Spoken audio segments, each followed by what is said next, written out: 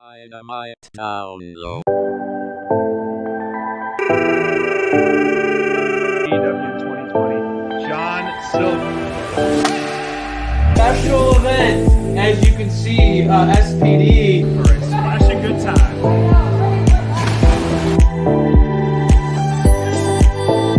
January recruitment month. I come along, I come along in the ring. I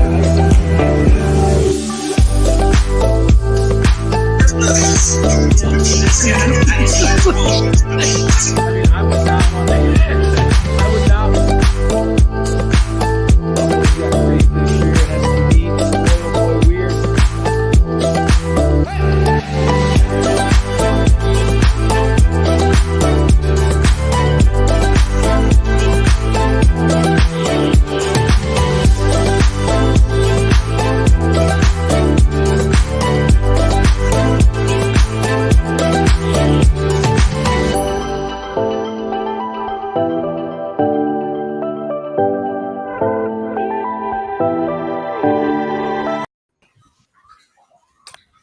I heard this.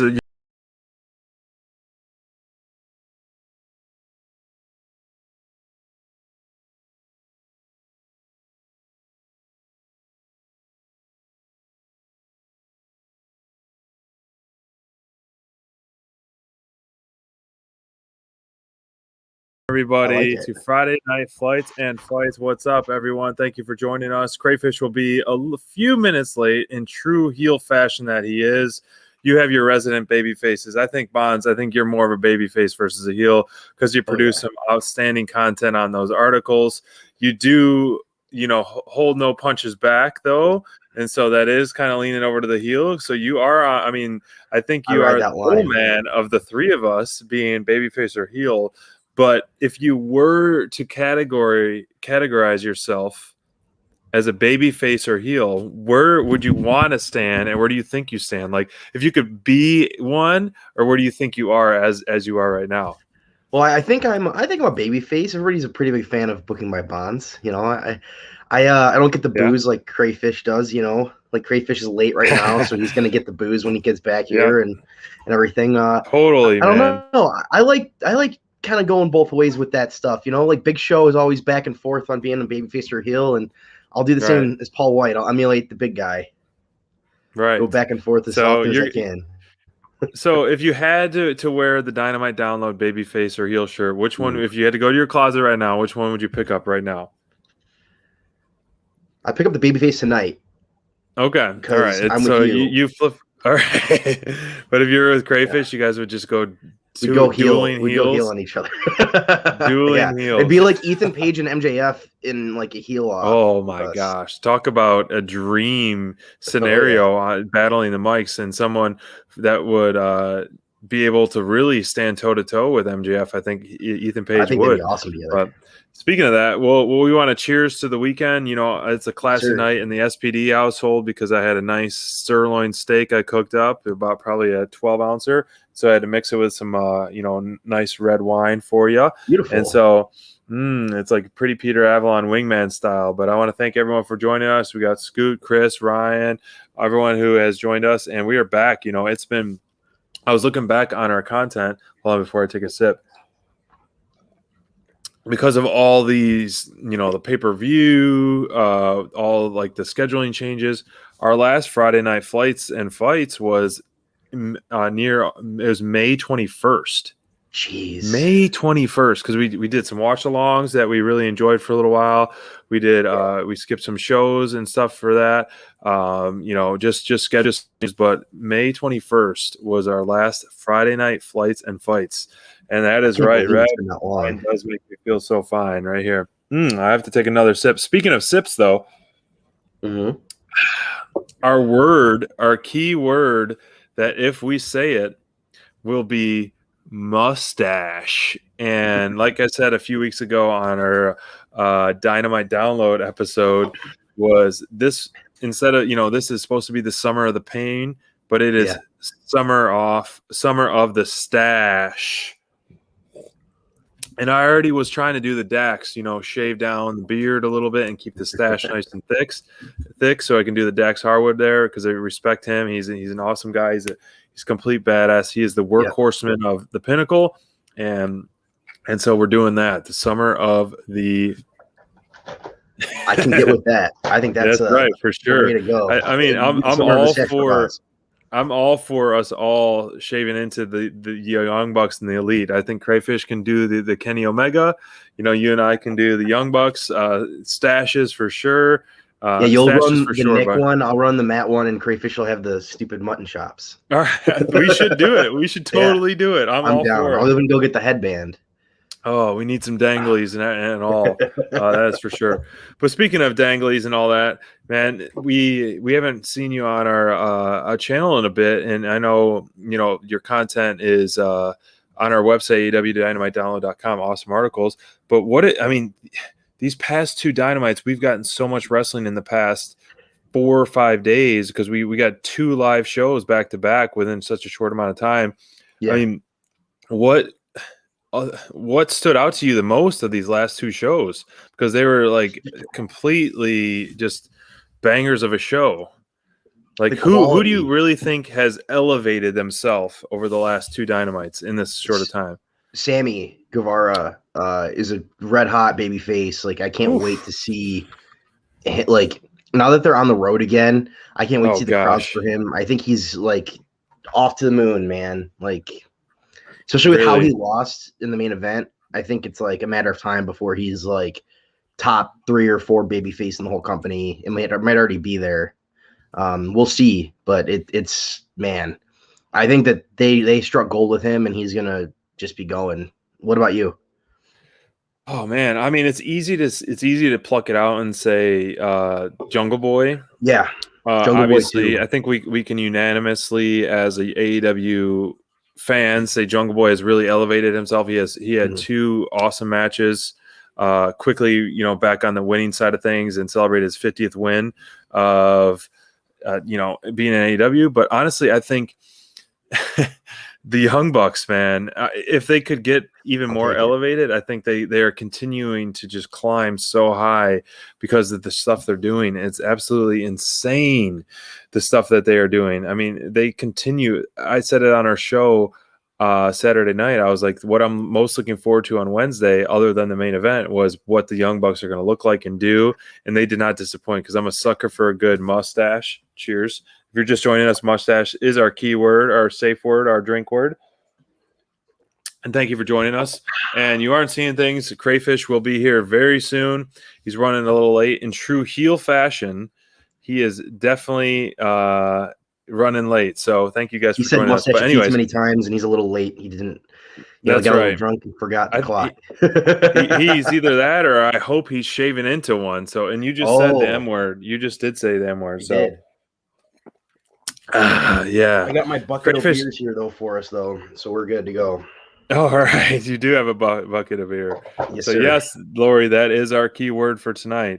But we can't wait. Before we dive really into some deep stuff into like the main event rundowns. So this card next week, Bonds. I thought this week's card was pay-per-view quality. Looking at next week's card where they hit the Road Rager in Miami, this is quickly the star power that we're getting. I mean, we're getting the 3-on-3 match, Inner Circle versus Pinnacle.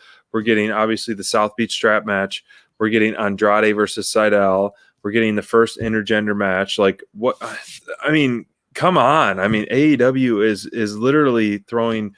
They're going all in every single week and keeping it fresh, man. Who are you most looking forward to next week? I mean, of those 4 matches I mentioned. I'm excited to see Andrade's debut. It's always cool to get a new toy, and he's a big deal. And it's going to be a really fun match. I know, like the pairing with Matt Seidel is a pretty good one too. I'm in trouble from Twitter.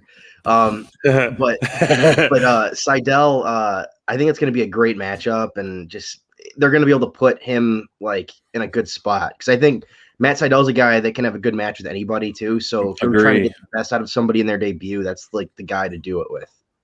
Agree, man. I ever since Seidel's debut, I was really because I didn't really follow him in WWE and I didn't know much about him, He but was great there too. I love. I mean, his that RKO moonsault out of nowhere is still talked about today. I mean, that timing that they had. I don't know. I think it was maybe a WrestleMania match or something, but It was a big pretty time impressive match. stuff. But I'm always his work ethic. I love his in ring style. And that match with him and Dante Martin was like A+, man. Run it back a third time. I mean, wow. Props to them, like busting their butt on Dark. That's a prime example of just doing the work and putting in the work and getting rewarded. You know, you don't really see that other places. Like, yes, on paper, Seidel and Dante, okay, they don't have the star power as a Kenny Omega, Chris Jericho, and things like that, you know, Murder Hawk Monster, but they put the work in, and clearly they, you know, the EVPs coming through really saw something, and they deserve to get on TV. And they really, if the card wasn't so stacked, that could have stole the show. I mean, some of the Great stuff that they match. saw was phenomenal, and it was great. You know, you have someone who has 20 years experience and someone who's pretty much 20 years old, and they worked so well together. And it's one of those things, like, I would totally love to see, I said to Crayfish, a brothers versus brothers versus brothers versus brothers match. Young Bucks, Seidels, Top Flight, and Lucha all That'd be pretty together. cool. Talk about four of the highest flying teams in the world. But yeah, That'd I be mean, pretty next week cool. it's really hard. Yes, Andrade, but I'm an inner circle mark for sure. So when you Understandable. It's have gonna be an awesome match. two of the best tag teams in the world, you know, PNP and FTR, plus one of our favorites, Wardlow, in the ring, and obviously Hager's been killing it. That alone should headline anything. And we're still getting so much storyline. And you know, I know we're going back and forth with the factory and what QT Marshall is going to happen, but It's gonna be a big moment for the factory. We're gonna see it is going to be a big the moment. future of the stable, basically. I know. Because And then if he can't pull this off against Cody, what's next for them? All those guys. I know he has to. If they don't pull it off, if QT Marshall loses to Cody, that is, as Ethan Page said, the nail in the coffin, in my opinion. You know, because you keep losing, and your powerhouse, a go-go, is hurt. You know, he posted online some stuff about, you know, having surgery. Maybe it was like a broken nose, but your powerhouse, a go-go, you need to have the leader essentially start to elevate your team. But yes, Pen, you make a great point about the intergender match. I don't know why they said that, but you are absolutely correct. Cody and Velvet and versus, you know, Shaq and Jade was the first one. Absolutely correct. So that was definitely their fault on that. There was also another little blunder that we saw at the end of Dynamite. I don't know if any of y'all caught it, but, you know, we're here at Dynamite Download. We have the power of positivity, and we don't want to talk about negatives. But I see Crayfish, and he is here in true heel fashion.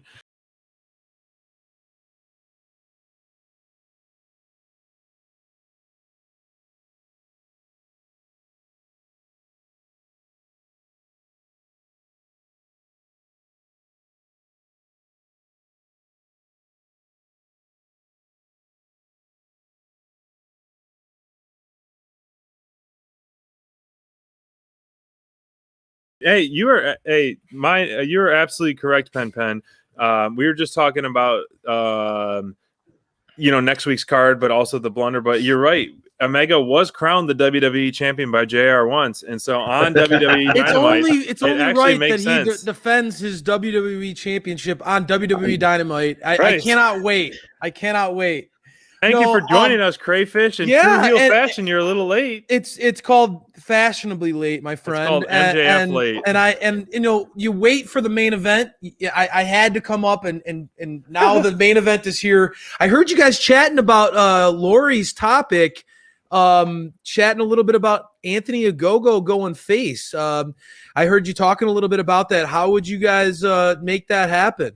Well, we were saying that the factory, they have to win next week. You know, Anthony Ogogo's under the gun, the big guns. He's not, you know, under surgery, so they have to win. So we're booking them to win.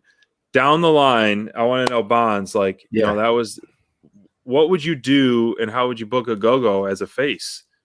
Well, I think that Anthony, the thing about him is that his background is baby face. Like it's very similar to like somebody like Hobbs, where you want to root for a guy like that. SPD, I see you nodding along because we've talked about Hobbs and what a great story that is, Bonds. That's a great point by you. And Agogo, although this dude is cold-blooded, you and I both fell in love with his early on, his like sort of learning about his story, learning about the person that he is. And the more you hear about that, the more it's easy to see him potentially becoming a guy that people just rally behind as a badass that's got a great story. He's going for surgery. Dude, this guy, I don't know if you guys saw it on social. Bonds, I'll let you run with it from here. But, you know, I don't know if you guys saw this on social. This dude's cutting promos from the hospital bed with a patch over his nose. He's calling Billy Gunn like, you know, the alligator with the leather skin. You know, like I think it's hilarious. I mean, this dude is literally in a freaking hospital gown, got the governor cap on, and he's piss boys, and he's yeah, exactly, and he's threatening to put the gun club, let them get some Jello ready for him next to him in hospital. Bonds, you got to be loving this though, right? Because I know like the style of guys that you like. You know, the more people read your column, you know, I've known you since you were born. And you know, I see the type of wrestlers you like, and it's not shocking to hear you're a Team Taz fan, and you and I both are totally in on the factory, and we're both bumming that they've suffered some of the ways that they have, but we both agree QT's beaten Cody at Road Rager, and I think that's going to go a long way. I know that there's a lot of, but I've been saying this all along about QT Marshall, and I want to hear your take about Go-Go, but I've been saying this all along. QT Marshall is the working man's hero. This dude's story is all about the underdog who like bet on himself, worked his ass off, you know, things. And SPD, thank you for getting me to listen to Unrestricted with QT Marshall. Great interview. But to me, Bonds, you and I, we agree the factory feels like that underdog group that you want to root for. I mean, I don't get how they're like that. It's weird. Right. It's like you were weird. talking about, like Cody is like out there strutting like he's Ric Flair winning the. He's having a parade title when he beats a guy that's been wrestling for 6 months. Give us a woo, SPD. Come on. Woo! Nice. There we Fantastic. Go. Yeah, tell us about this, please. Yeah, I mean, all ears. Let me sit back with my nice red wine here, my Cabernet. Beautiful. Wow. Fantastic. I had a nice steak stuff. tonight. If you tuned in late, Mr. Heel, I had a nice steak, so I'm drinking some red wine, and so now I want to hear Bonds spit some game on a Go-Go. Well, I mean, with Anthony Ogogo, I think you can sell him as a babyface just telling his story naturally, you know, because I do think that we're heading towards a Cody heel turn at some point because of how he swears he doesn't want to do it, but he's acting like a heel. So it's like you have a guy who's acting like a heel against like a team that should be sympathetic baby faces. You know, there's not much difference between the factory and like the Dark Order, right? Like a lot of what they're kind of like underdog wrestlers that aren't super experienced, at least in AEW. Most of them, except for QT, really. All these guys have upside. All these guys are young. All these guys were trainees. All these guys have like really good things they bring to the table. Ogogo is excellent on the mic, and while he's green in the ring, what we've seen of him in the ring is really good. Obviously, you can take a look at Camarado and you just tell what he's good at. I mean, he's a brawler. He's a big guy. And Aaron Solo can move the minute we saw him. You know? Right, exactly. And where QT kind of brings out leadership quality, and his mic stuff has been on fire. But back to Ogogo just in general, I think you could see a double flip. Like you could see like a double turn. I would love to see something like that where you kind of get him over on like dealing with this garbage with Cody, where Cody's doing his little celebrations. You kind of turn this from a factory feud into a singles feud, especially if QT loses. If QT loses and it's over, which it will be, then you don't have anything for these guys. I think that that's a good approach.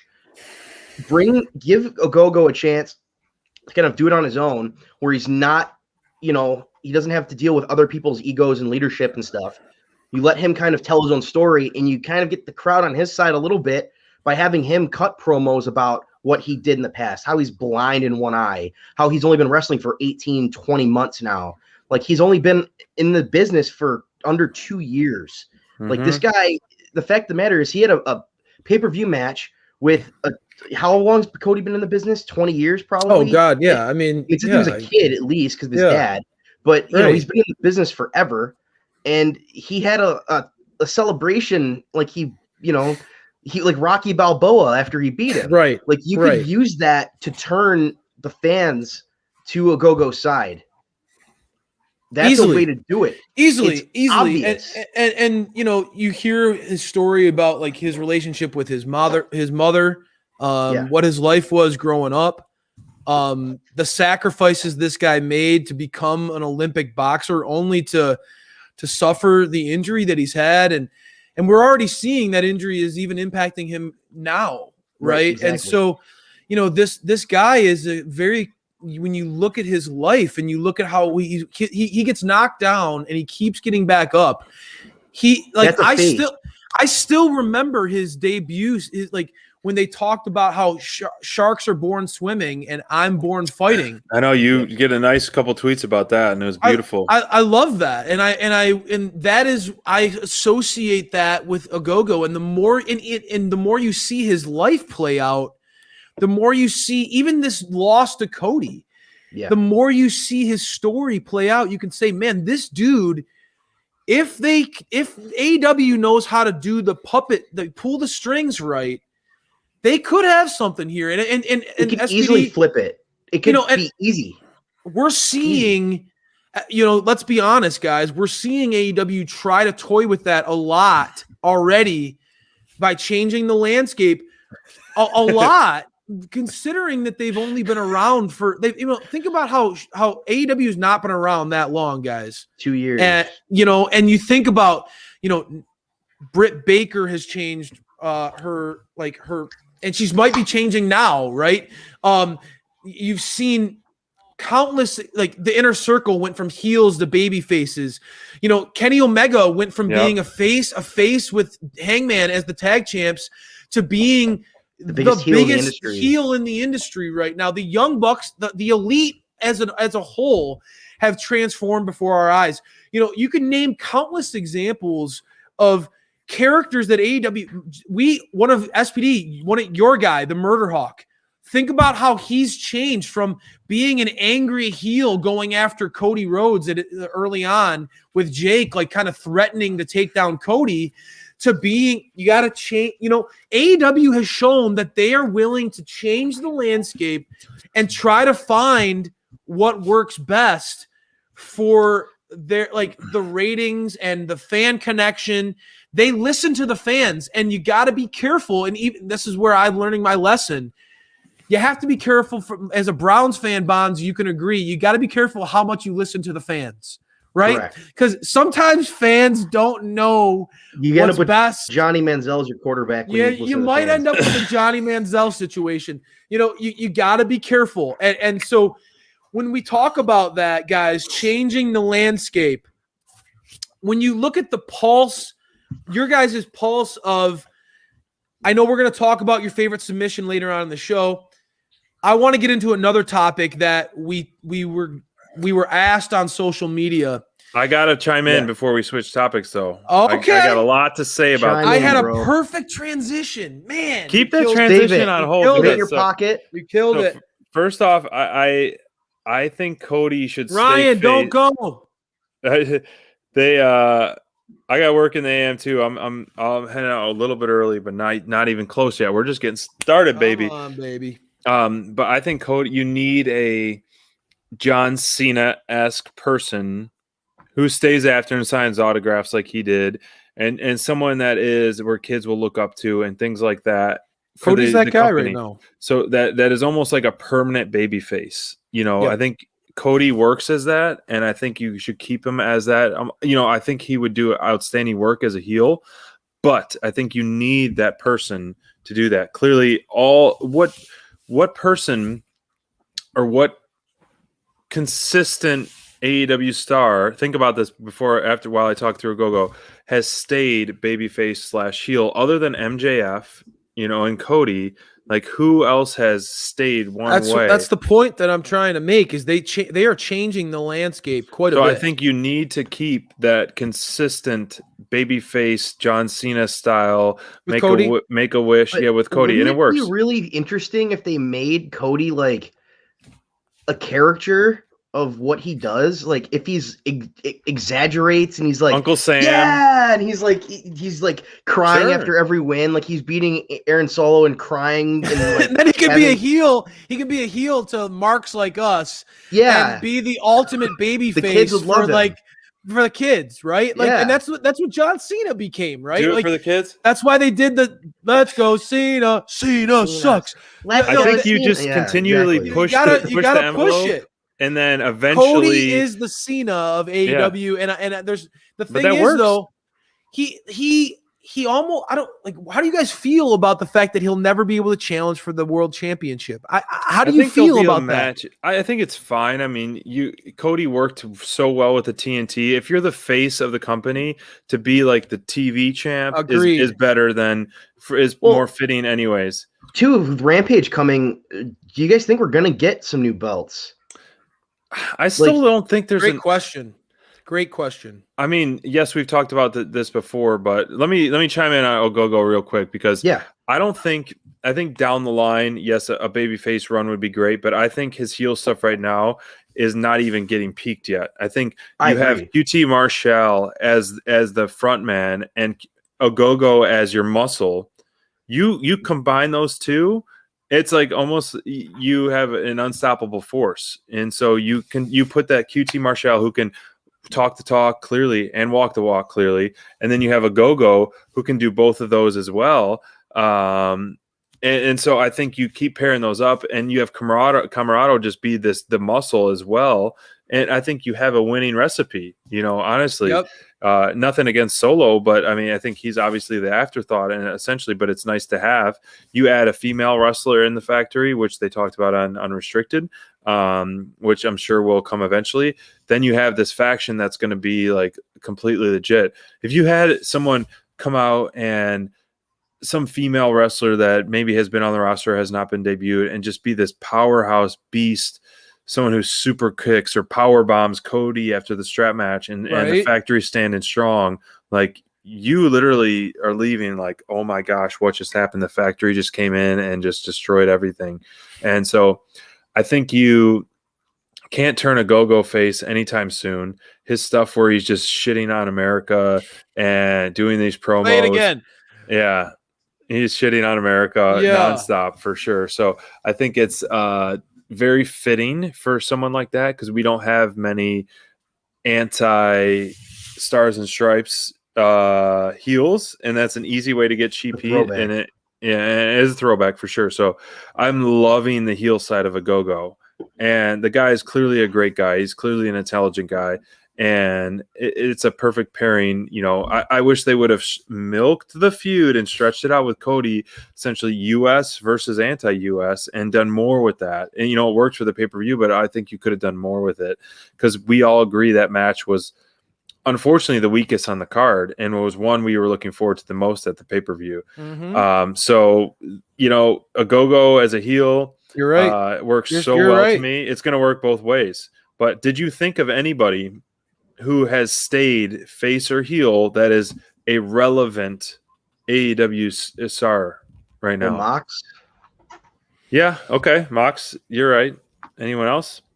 Because a lot of people Hangman. I mean, Hangman's been a babyface through and through. Okay. Good points. I'm curious because I can't. It's hard. But you're right. I mean, there are going to be we can pick out some examples, SPD, but your point is still very valid.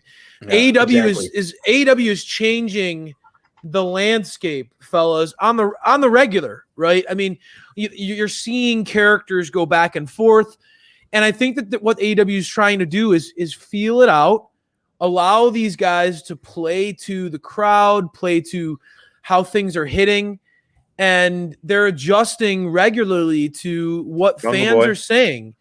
You can play it if you want. I mean, you can play it if you want. I was gonna play a different song for you. I'm gonna throw that up here in a second. But I honestly think that SPD, that when you think about changing the landscape, think about the ways in which it's worked out for the better in AEW. I know it's easy for us right now. I'm having mini panic attacks thinking about the DMD and what's happening with her, guys. I have moments in the day where it's just like, oh God, I hope they don't ruin this. I don't want this to be. People are ripping this reign already.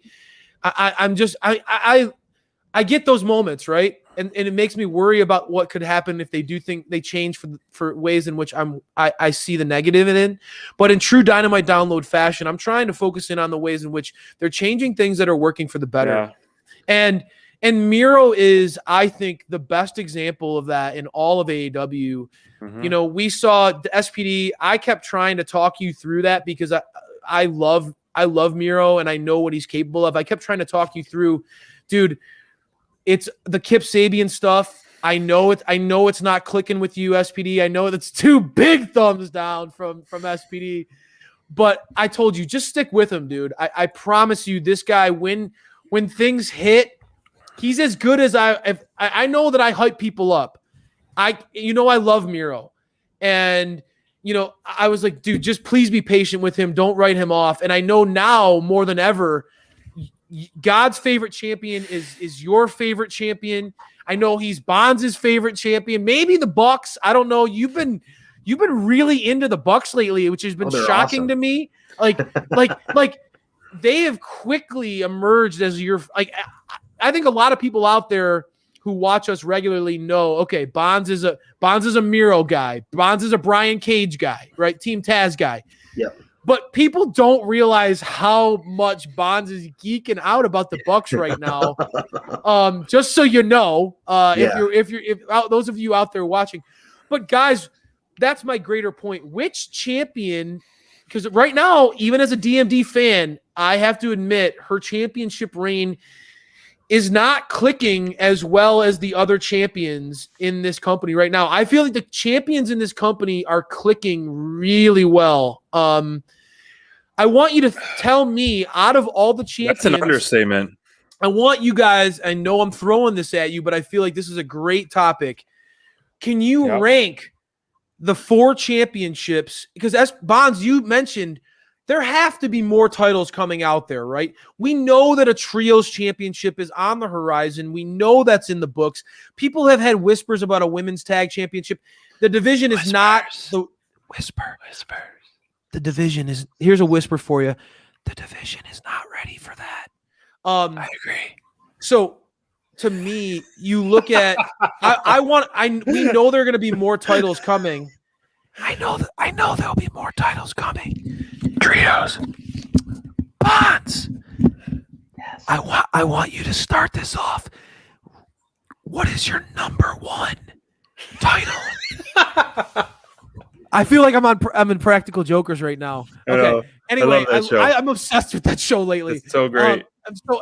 So I hope we don't lose all of our viewers right now. Those of you who are sticking with us, thank you. I hope you're laughing alongside with us.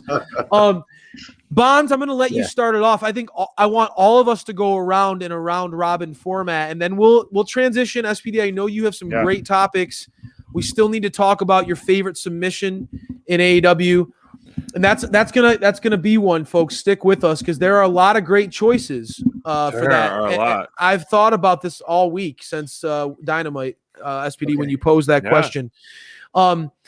Bonds, who is your number 1 champion in the company right now? Who is your favorite champion? This is gonna be. I'm throwing this to him, SPD, because I've been reading the column. That's funny. I've been reading the column, and I feel like. Bonds said that if he could play any video game character for AEW, it would be shockingly the Young Bucks. I'm reading the column, and he's like weekly. He's like nutting his shorts. This man only wears shorts, even when it's negative degrees outside. By the way, folks. Correct. No underwear either. But You gotta I keep it know cool. Bonds. I want to throw this to you first. And sorry, I'm people. You're sticking with me on this one. I'm reeling you in like a little fish. Yeah. Bonds, Miro, Kenny, or the Bucks. Who is your top champion in AEW? Kenny is the top Wow. champion in AEW. Yeah. Because it all starts with Kenny. It all goes like, this elite stuff is all him and Don. And this is all starting back at him. We wouldn't have this awesome stuff with the Bucks every week if it wasn't for Kenny. We wouldn't have some of these awesome main events. Like his match with Jungle Boy was great. Kenny is a great talent. He's a great asset. His stuff on the mic with Evil Uno this week was awesome. He's consistently elite. He's consistently. I know somewhere out there, Brian Rosano is nodding along because there's a reason why this dude is the best bout machine, and I think he's the legendary Kenny Omega. He's the guy that everybody wanted to sign with WWE for years because of how good he is, and well said. He's proving it every week. Like this guy. Well said. He's one of those people that E-marks will always wish they had, because people say like, oh man, like he's Seth Rollins. Seth Rollins is the man. If he's Seth Rollins, he's awesome. And I think he's better on the mic than Seth Rollins. And I think that it's really not close. Showing now, yes. Especially right now. Kenny Omega is has elevated his mic work tenfold. Yeah. I agree. He's fantastic. He's so fun to watch. And he's hilarious. The stuff with Don is just the stupid stuff they do. And Don has been such a blessing. Don has been such a blessing. They elevate each other. He really is this. He is their equivalent to Paul Heyman. Wow, I just lost the lights, folks. I'm gonna whisper now. Don Callis really is the AEW version of a Paul Heyman, and he is very different. And they're different in their presentation. They're different in their presentation. This is going off the rail. All right, so Bob, I want to know. Keep ranking your order. Keep ranking. Okay. Yeah. SPD, I wanted you to go next. Oh, okay. My top? You do your number one, SPD, and then we'll just go in order. Okay, guys. Well, it was my question. It's going to go how I want it to go. Yeah. All right. Okay, Crayfish, calm down, Mr. Late guy. Mustache. Let's all have a drink and calm down. All right, mustache is the keyword. Let me go. I don't have a drink with me, fellas. I'm late and I don't have a beverage. Wow, I really dropped the ball. Heel fashion. I did drop the ball. I'm gonna wait this segment out, and then after this, I'll play a song. I'll go grab a. You need to have like 5 drinks. But we decided that you're gonna do the Kenny Omega mustache. And I'm gonna shave. I'm gonna shave this. I'm gonna do this. I'm gonna shave this right here for you guys. Yes, and then I'll get more of a pronounced stash. I mean, mine is still a little pronounced. It's got the scruff. You want me to do it now? No. It says pronounced. Do it live. Middle of the show. Do it live. Right, I'll go get a razor. A live shave and a live spray tan. Oh my god! Starting to get some grays down there, so it wouldn't hurt, I guess. So yeah. So okay, I mean, who's your top champ? It changes from week to week just because of obviously in-ring work and shenanigans and all that. But I mean, my top champ right now is the Young Bucks, man. They're so and good. they were. I was good. This is so hard. I mean, I think you can agree with me. That's what she said. We were. Yeah, you're right, Pen. You are right. I did say the M word, but at the pay-per-view, I was ready for them to drop the titles, but now I just am anxious to see what they're doing next, what they're doing next with God, this are stuff. They funny? So keep it going. God, are they funny? Young Bucks are my top. Crayfish. Oh yeah. I'll be honest with you. I'm with you, SPD. I'm digging the Bucks, man. I love, and I want to say the DMD, obviously, but her title reign is not hitting it right now. I think that the AEW needs to shift things. But I will say, as far as who's hitting the most right now, the Bucks right now, man, are killing it. They are just so funny. They're so entertaining. Yeah. I'm digging what they're doing. and I'm really intrigued by who's going to dethrone them. And that You to know who it me, is.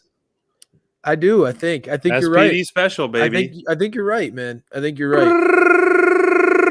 Ray Phoenix return with Penta, baby. I love that. Bros. I love that pick. But there's a lot of people out there who want to see Santana Ortiz. Of course, I mean that's number one. But storyline purposes and booking purposes, this makes most sense. No, but if I had to just be like, this is it.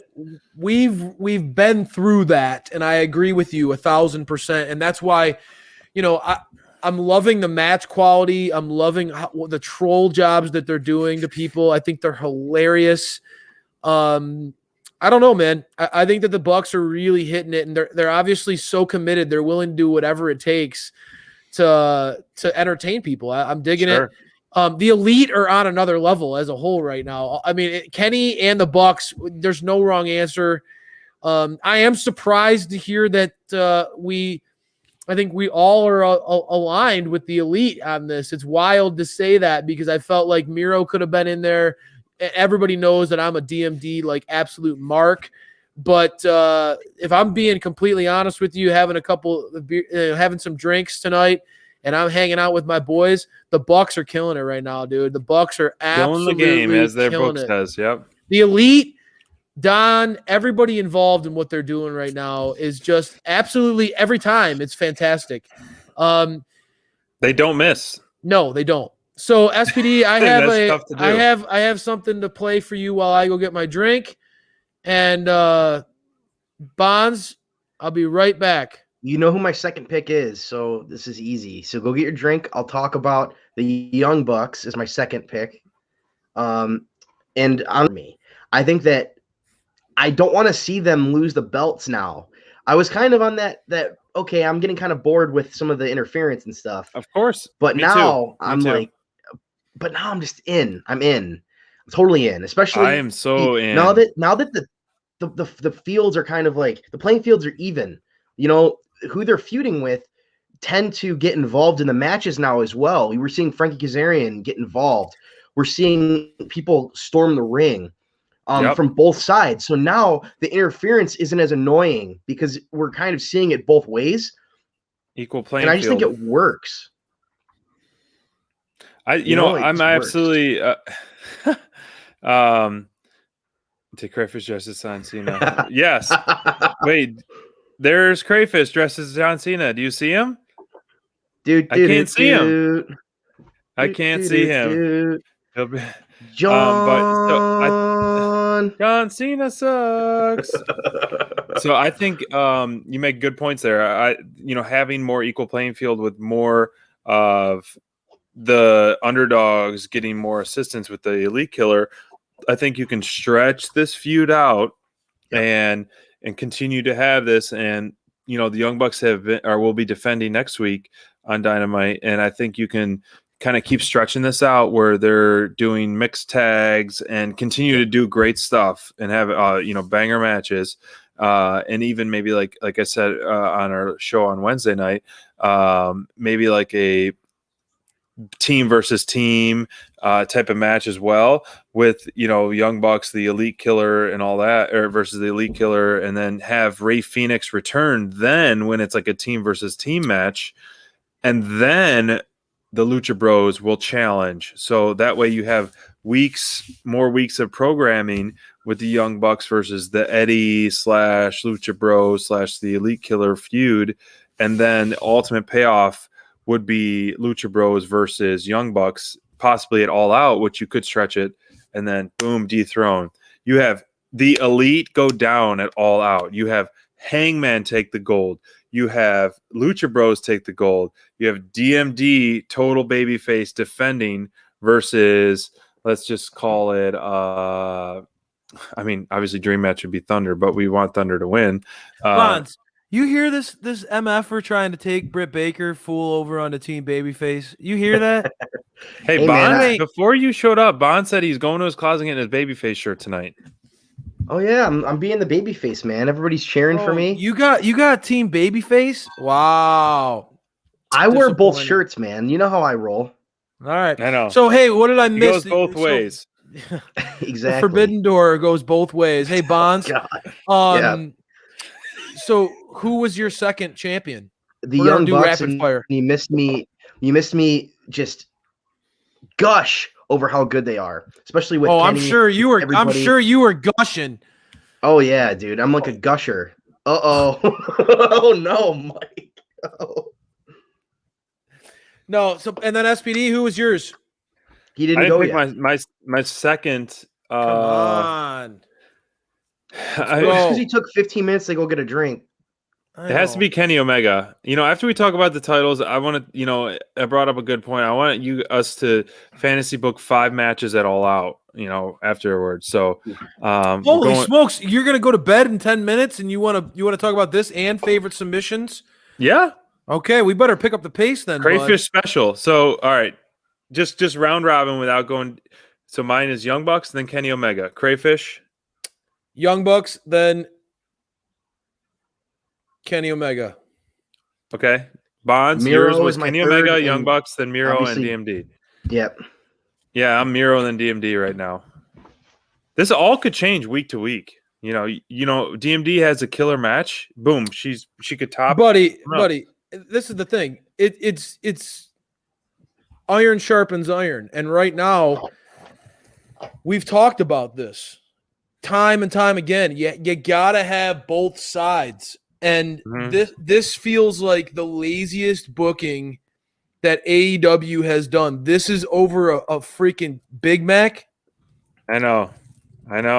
Like, this is lazy. Like they No. like they like the DMD needed to be the champ. Absolutely. But they know that the fans love her because how can you not? She's fantastic, right? People love Britt.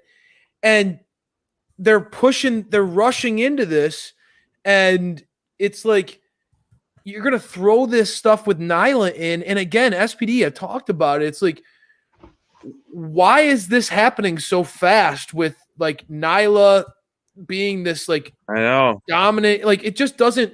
Are they there's no trying to put her over as a babyface, and it's just not? They're doing the it in a poor story way. is not hitting, and Yeah. it feels like it's not earned. I know. And I feel like AEW should know better. The best results come from the best. the best results come from when you put in the work to build up to it. Like, think about how much better the Hangman Championship win over at Kenny is going to be as they continue to slow play that. Yep. This thing with Nyla just came out of nowhere, and it doesn't really fit with. I understand that they needed to give Britt a first challenger, but it's like it doesn't even fit. It doesn't even fit the trajectory of where Britt's character was going, right? Like, any challenger you're going to give Britt as her first challenger, unless it's Sheeta or Thunder Rosa, doesn't have a huge story with her, right? Right. If they would have leaned into, all right, Britt, you're the if you're the Britt, you're the champion. Nyla Rose, I beat you. Nyla Rose tells Britt, I beat you and dominated you in the women's tournament.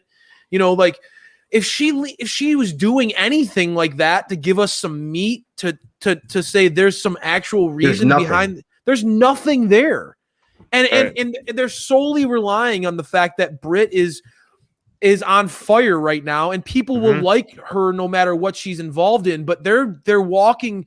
You could see it on Dynamite. I'm not alone as a DMD fan. There is concern with what they're doing, and I know that Britt's gonna be able to ride out the waves and she's gonna be fine. But I don't know, Bonds. I know that you and I have had a lot of conversation about that, and it's not surprising that the DMD, even for Crayfish, is the 4th champion right now in the landscape of AEW. Right. I think that AEW, like, guys, everyone wanted Britt to become champ. It was the hottest thing, and I was leading that charge. It just is not. I mean, Bonds, you're nodding along the whole time. It makes a lot of sense that right now it's just not working. No, it's obvious. This match, that was my only delete of the night. It was a great episode of Dynamite, top to bottom, great episode. Yeah. The only match that I didn't like It made no sense. Yep. It was stupid and pointless. And What Rebel was got the hurt. point? What was the point of that There's match? no point, and a talent got hurt. Like, so you had a match that had no point with a non-wrestler in the match, Vicky Guerrero, who I love. Vicky. This isn't about her. She's great at what she does. Right. She's great. Oh, she's a great heel.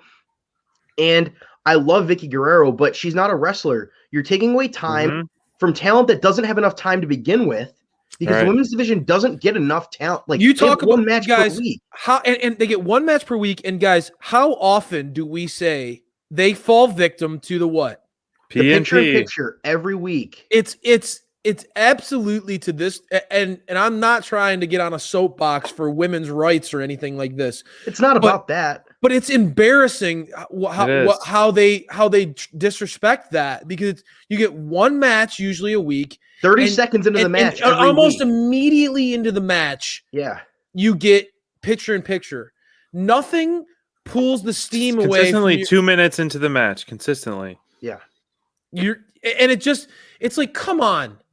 How are you even giving them a chance? I mean, dude, Pac can be on the screen, and sometimes I'll drift away during picture in picture.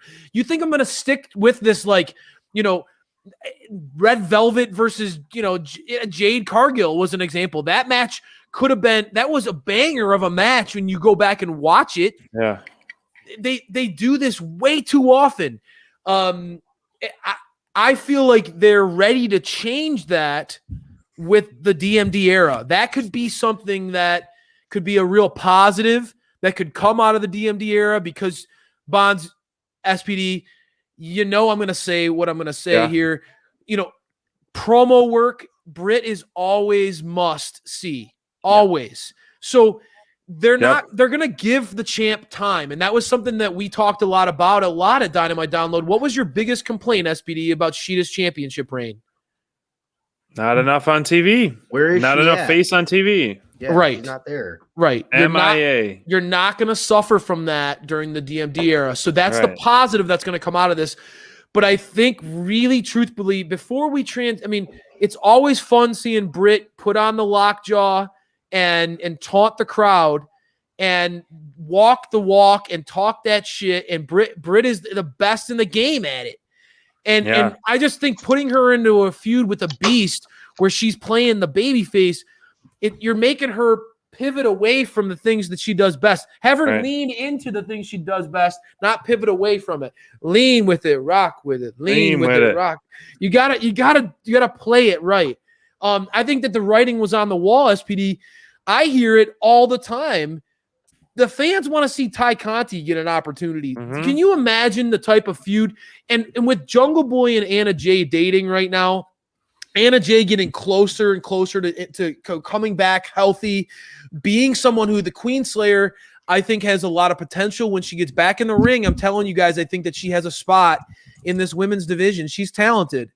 I think that if you had Britt face Ty Conti and Britt really do her old school nasty heel stuff where she cheats, she does whatever it takes to win. Anna Jay comes back. You have the best friends of Anna Jay and Ty Conti going against Britt Baker and Rebel. I love that. I think that there's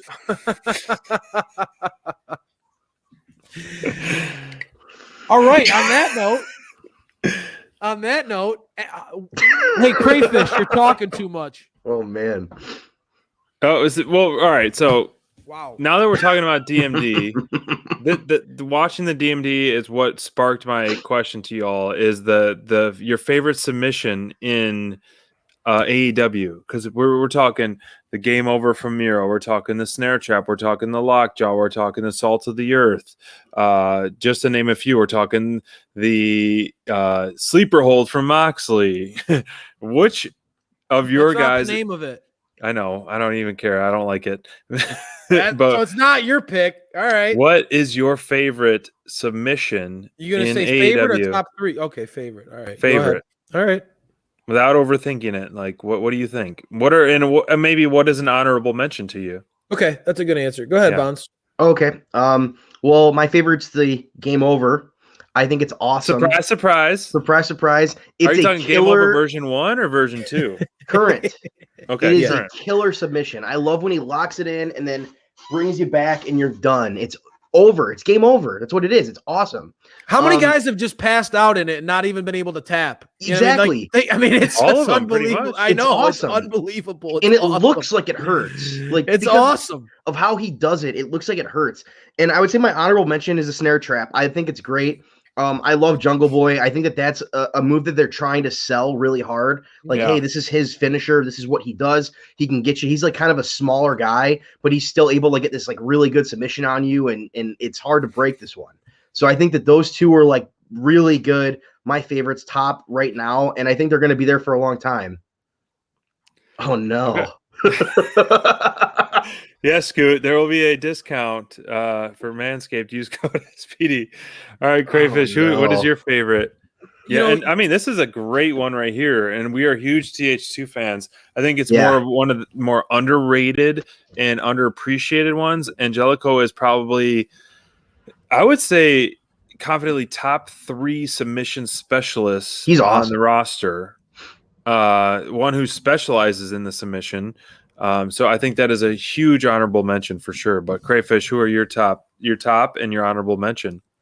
Well, I mean, I'm going to be honest with you, SPD. I hope you are. I kept my mouth shut while you were rattling off the options as you named the same examples on Wednesday night as you did Right. tonight.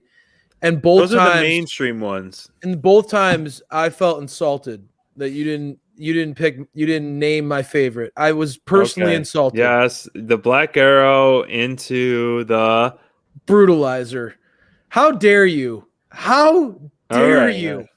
How dare you not mention the Brutalizer in the lead into this question? Bro, both Pac times. has so many awesome moves. You It's hard to piece pick of one. garbage. You piece of garbage. That is like the ultimate. When you hit the Black Arrow into the Brutalizer, that is like, to me, that is the sickest combo in sports. Like that is like I geek out every time. And the bastard looks like an angry son of a bitch when he locks it Yeah. in. Lately, Oh, yeah. especially, he's been looking like a psychotic, just mad. I love it. I love everything about it. I am seriously, I am insulted that you and I hope that Pac puts Kenny Omega in it real soon, and just to make you feel Wow. miserable. I hope so. I want something. I want Pac to throw it out there and remind you that is an amazing submission to me. I love it, and you know that's my guy. So the Black Arrow into the Brutalizer is truly like. I mean, can you name a better finisher in sports? Because I can't. I think it's a perfect combination of strength, size, athleticism, technique. The dude is a beast. So that's And my we're pick. talking maybe the bulldog from He's the man. Dustin Rhodes, or the hip toss from Austin Colton Maybe. Austin. The old Gunn. leg drop, dude. The leg drop Yeah. from Hogan is pretty good. That was. I mean, he is in my Mount Rushmore, and that is a hell of a finisher. So what was all your right, honorable SB, mention? You want my honorable mention? Yeah. That's it? All right. Well, I mean, surprise you, Beer big drink. you big heel mark. Dude, you're gonna like. Come on, like the bastard and the DMD are. That's No. like if you could write down Crayfish. If you were on a game show, like let's say we were on Family Top Feud. 2 answers on the board. Let's say we were on Family Feud, and you had a question. What are Crayfish's favorite wrestlers in AEW? And you had to answer.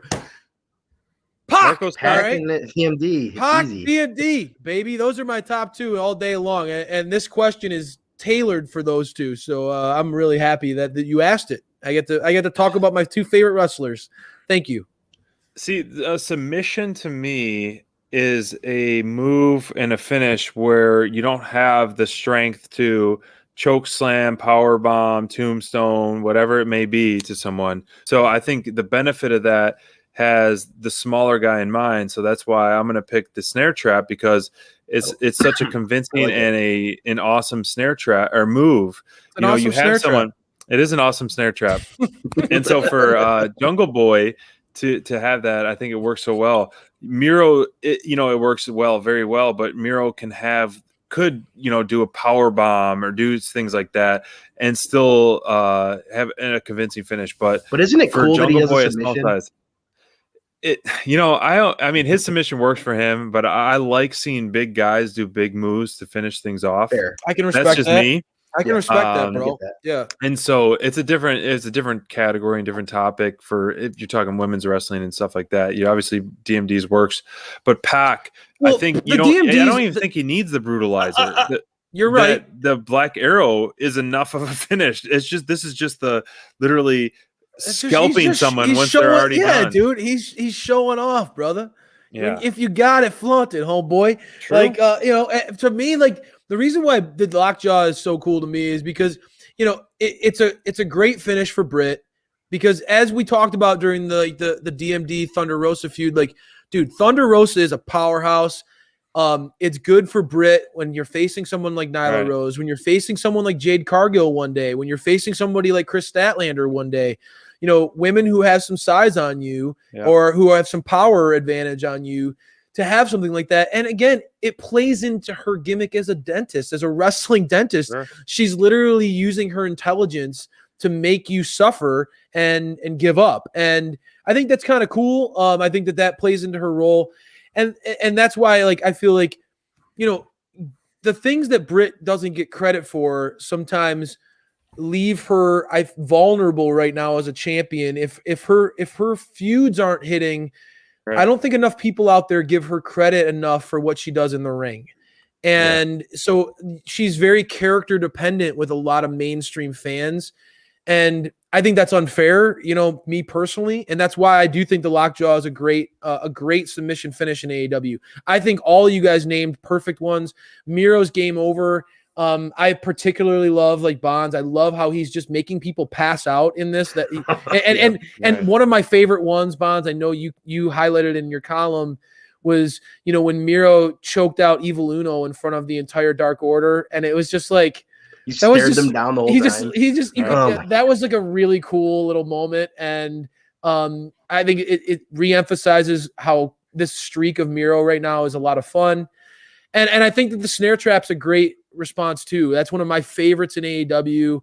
I think SPD plays really well into Jack Perry. It's legitimate. It's really legitimized him as a guy who can win a match, right? Like, any because match. he's Right. he is such a smaller guy. You immediately give him that, like, if he gets you in this, it's over. That's a really great thing to have in the back pocket. And I think that they've done a great job making that a strong finish. I agree with you 100%. No wrong answers here from the Dynamite Download team. Yeah, I completely agree. I mean, it's a fun topic to talk about because, it's easy to be like, oh, we love Brian Cage's power move or this power move and all that power move. But I like your answers, and I didn't forget about Pac. I was leaving that off for you to true leave that babyface thunder. fashion. Wow, that was He's nice. being a nice guy. What a nice guy, babyface. But dude, you guys, I have to sign off because I have a very early morning. The party is not stopping because Crayfish, it's going to turn into a heel shit show now that the babyface. Damn right. Now that SPD, the unicorn's getting out of here, Bonds and I can talk some real wrestling and talk I got some an mad shit. early day. Thank you, Lori. I have an early day tomorrow, Everybody so I loves have to SPD. sign off. But it's so great to be back on Friday Night Flights and Fights. We will be back again next Friday. Isn't this the best? I know love it's Friday so Night free Fights and flowing. Flights. We have a lot of stuff to talk about, and we didn't even get the chance. I want us and all of you guys to think about this. Your top 5 matches you want to see it all out. I mean, that's our next pay-per-view, which we are quickly approaching in almost 2 months away, to be exact, September 5th. So think about that for sure. So I want to say goodbye, or I bid you adieu. Adieu. Wait, we lost Bonds. I can't leave until we have I'll be by myself. Yeah. Wait, hold on. Let's see what he's saying. Oh, here we go. Okay. I can't bid you adieu yet. Here we go, Bonds. Everybody loves themselves some SPD. That's It's weird. so sweet. SPD bids you adieu. Goodbye and good night. Bang. And with that, I bid you adieu. Oh man. What a good ending for SPD's night. I think that we had a great discussion here about our favorite submissions, dude. I knew that those were going to be your top two. Isn't it hilarious that it's like after doing the show for what 40 weeks now, or Without a you doubt. guys have been doing 40, I've been probably like 30, 41, 35. 41 weeks. Oh my gosh. It's been fun, man. It's been a lot of fun. It's been challenging at times. You and I, we've all talked about it. We have lives, we have jobs, and it does take a lot of time and energy to do this. But there are certain weeks that really revitalize us, and it feels like this week was one of those. So I think that we're all riding pretty high with the way AW is going right now. I think the last two episodes have been awesome. They have been. They've been really great. Why do you think that is, man? What's been hitting the most for you? I think that they're really just playing on these storylines they've been building. And that's why like the Brit stuff felt kind of weird because they're not building that storyline particularly well. Right. So the stuff that they're building really well is just hitting. Like again, I want to talk about this match, the main event from Wednesday. Sure. With MJF and Sammy. Your match of the night, and honestly, if SPD was here, he'd be gushing about this match too, Bonds, because we both picked our top performers of the night. We don't talk about that, and it was not a coincidence. I had MJF, he had Sammy, and then you in your column, I feel like you did an amazing job. This is one of my guys, we always appreciate you joining us here at Dynamite Download on Friday nights, Wednesday nights, Saturday nights, whenever it may be. We always appreciate that. But Bonds is really writing some great stuff on his column. And Bonds, you talk a lot about this. This was my favorite thing that you did this week. Talking about the match of the night. I feel like you really hit a home run with the match of the night, that write-up. Why don't you tell us about what your overall thoughts were on why this match hit so hard for you and what was just a joy to talk about? So like the reason why I love this match was because we're seeing the future of this company. We're seeing these two guys are going to be the top guys of AEW for a very long time. Yep. And this is the first match of their long-term hatred for each other. We're talking like Edge and John Cena stuff right here. Yep. Like this is what we have. This is the first match of that. Yep. And that's why this was so important. This match to me was just hit every note. It hit perfectly. These guys both. And like obviously Sammy's more of a high flyer than MJF. But man, like MJF tried to one up him every time he could. That's why this match was so awesome, because these guys were just constantly one-upping each other the entire match, and it worked so well to the point where the Pinnacle had to interfere in the match. You're right. They had to come in there and interfere because you talked about that at length in the column here, and in the interference worked, didn't it? I mean, I don't know. Yes. I know everyone loves the War Dog, right? I don't need to gush about the War Dog, but guys, I mean, you gotta read Bonds' column here. Really great stuff, recapping this show every single week, and but to me, dude, everybody knows that Wardlow is on fire. This dude knows what he's doing. He gets it. You clearly get that. And there's no reason, there's no surprise why I call him the next big thing. Yeah. But Sean Spears, man, I'm loving the Sean Spears stuff. I think he's really cool. You gotta keep your head on a swivel when Sean Spears is in town. I love that. I love the look on his face. He just looks like a psycho. He does. Isn't it really interesting? It's been fantastic. The thing, Bonds, that I want to focus in on, though, is how, to me, MJF in this match pushed himself in a way in the ring that, this dude, again, I talk about it with Britt Baker earlier in the show about how, there's concern about what she can do in the ring. I think everybody recognizes the character work that MJF has, the promo ability that this man has. But a lot of people can sometimes criticize his in-ring work and say he's boring and think he doesn't do the flips and these acrobatics. They call him the Miz, right? And the WWE fans like to slam on us for saying, "Wow, you guys got this generation's Miz, great." Well, first of all, Miz is great. First of all, Miz is a Hall of Famer and it's not an a insult, proud exactly. Clevelander who I'm all for. I love the Miz, but second of all, honest to God, MJF did some things in this match, and I left it here on the column for a reason. Pile driver, when you was said disgusting, you audibly cringed. Yeah, I felt like the way you highlighted that, my friend, really, I mean, that's the truth.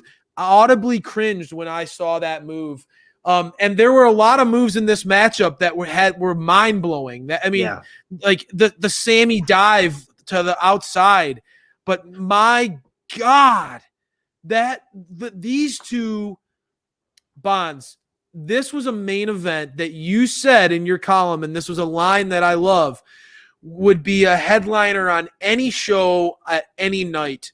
And you stand behind that, and I think you're spot on. Yeah, man, it was that. This was pay-per-view worthy. This was a pay-per-view worthy match. This was a pay-per-view worthy build. These guys hate each other, and the match, to me, lived up to everything that they've been going after each other for months. This is months. And these guys just absolutely killed it. And, oh, man, this is my early pick for match of the year. Legitimately, this was like maybe my favorite match I've ever watched on Dynamite. This was that pretty level. Awesome to hear. I mean, and you've been writing for us consistently, Bonds. You've been joining us on Friday Night Fights and Flights. You really have become booking by Bonds. You've developed this persona. Everybody loves hearing your wrestling mind. You have a lot of great thoughts. As a lifetime wrestling fan, as a very intelligent, college, writer, you love it. You kill it every night. You put out something that I think is creative. I think anybody can give results or give just a recap of what happened, but I think you offer a lot of great insight. I love hearing your response to this match because I think that MJF hit it really hard in his promo about how, Sammy can be the future but I'm the now. I think that he was really, he had some fire in him. And I felt like both of these guys brought a genuine desire to want to prove themselves in this match. Wrestling, everybody's in on the joke. Everybody knows that it's booked and it's gimmicked and people win based off of who books it that way. We get it. We're in on it now. But that doesn't take away real life motivations of the people that are in this. No. And you could tell Maxwell Jacob Freeman and Sammy Guevara want to be great. They're young kids that want to be awesome at this and to have great careers and give phenomenal, compelling television to us. And I think that showed in the match, and it showed in this feud. And I think a lot of people are in the same boat that we are, Bonds. I think that main event, JR comment, it was special. JR comment be damned, right? Like I think a lot of people were like, "Oh, that doesn't even matter to me." I didn't even care because of how good that match was. I didn't care. Exactly. I laughed at it, and I was like, "Okay, well, whatever." That was amazing. Like that was freaking awesome. And the way they booked it, you want to see those two go at it again. It was brilliant. We talk one of our things here. We have a lot of changing the landscapes, all the things. One of the originals was leaving the breadcrumbs, because AEW leaves those little breadcrumbs, that trail of breadcrumbs, comes us back, makes us want to come back for more. This feud with the Inner Circle and the Pinnacle Bonds is going to go places. It's been an incredible feud so far. We still know that we're going to get FTR versus the Pinnacle versus Santana Ortiz. That's going to be. There's a lot to love about where this is going, and it feels like they're months away from wrapping this up, doesn't it? Yeah, it does, but it also feels like they're kind of planting those seeds for when these stables don't exist anymore. Yep. They really are. And I think tell that me they're about that. so again, like back to the Sammy MJF stuff. I think that this feud is going to go on for their careers as long as these guys are in AEW together. Like a Sami Zayn versus Kevin Owens type of thing. Yeah, where they're always going to have this like these guys don't like each other. They can have that one-off match where they have just a random feud. They somehow come face to face for some reason. They get Why not? entangled in something and get involved Right. again. Yeah, like and these guys are never going to be friends. They're never going to get along, and that works. You need enemies. I Like, love what you're this saying, Bonds. is gonna work forever. And then whenever they want to do this, show highlights from this match. Show that pile driver. Show that. Whenever you want to say, hey, these guys hate each other. Show Sammy Guevara spearing him over the top rope into the fans. Yep. You know, decapitating MJF onto chairs. You know what I mean? Show that stuff. You know, and then we're seeing the FTR stuff in Proud and Powerful. Like we're seeing all this awesome stuff that we're going to be able to look back on in a couple years when these stables aren't going to exist forever. Chris Jericho is not going to be wrestling for another 10 years. You know what tell. I mean? Like you could tell. He's not. And I love Chris Jericho, but he's on the twilight of his career. And so he's setting these guys up, and not just Inner Circle, he's setting up the Pinnacle. That's part of this. He's the kind of godfather to this whole feud between all these guys. And he's setting all of them up to be the next big thing. You know what I mean? All of these guys have a future as singles, as tag team competitors. All of these guys. Shawn Spears is going to be able to be some crazy jerk that attacks people for the rest of his career if he wants that, because of what they're building. It's perfect. I love it. And MJF again is going to take over as that heel version of Chris Jericho. I can't see him as a face, but what he does well, he does so well, you know, and they're also building Sammy as that baby face forever. He's going to be that guy who's going to be able to go in there, have these awesome matches, just dominate and get the crowd on his side just from what he can do in the ring. Right. And they also, the brilliance of that match to make it so MJF one-upped him in certain ways. The pile driver has paralyzed people, and he did it off the top rope. It was insane. I've never seen anything like that in my life. I've watched wrestling for years. I've never seen anything like that ever.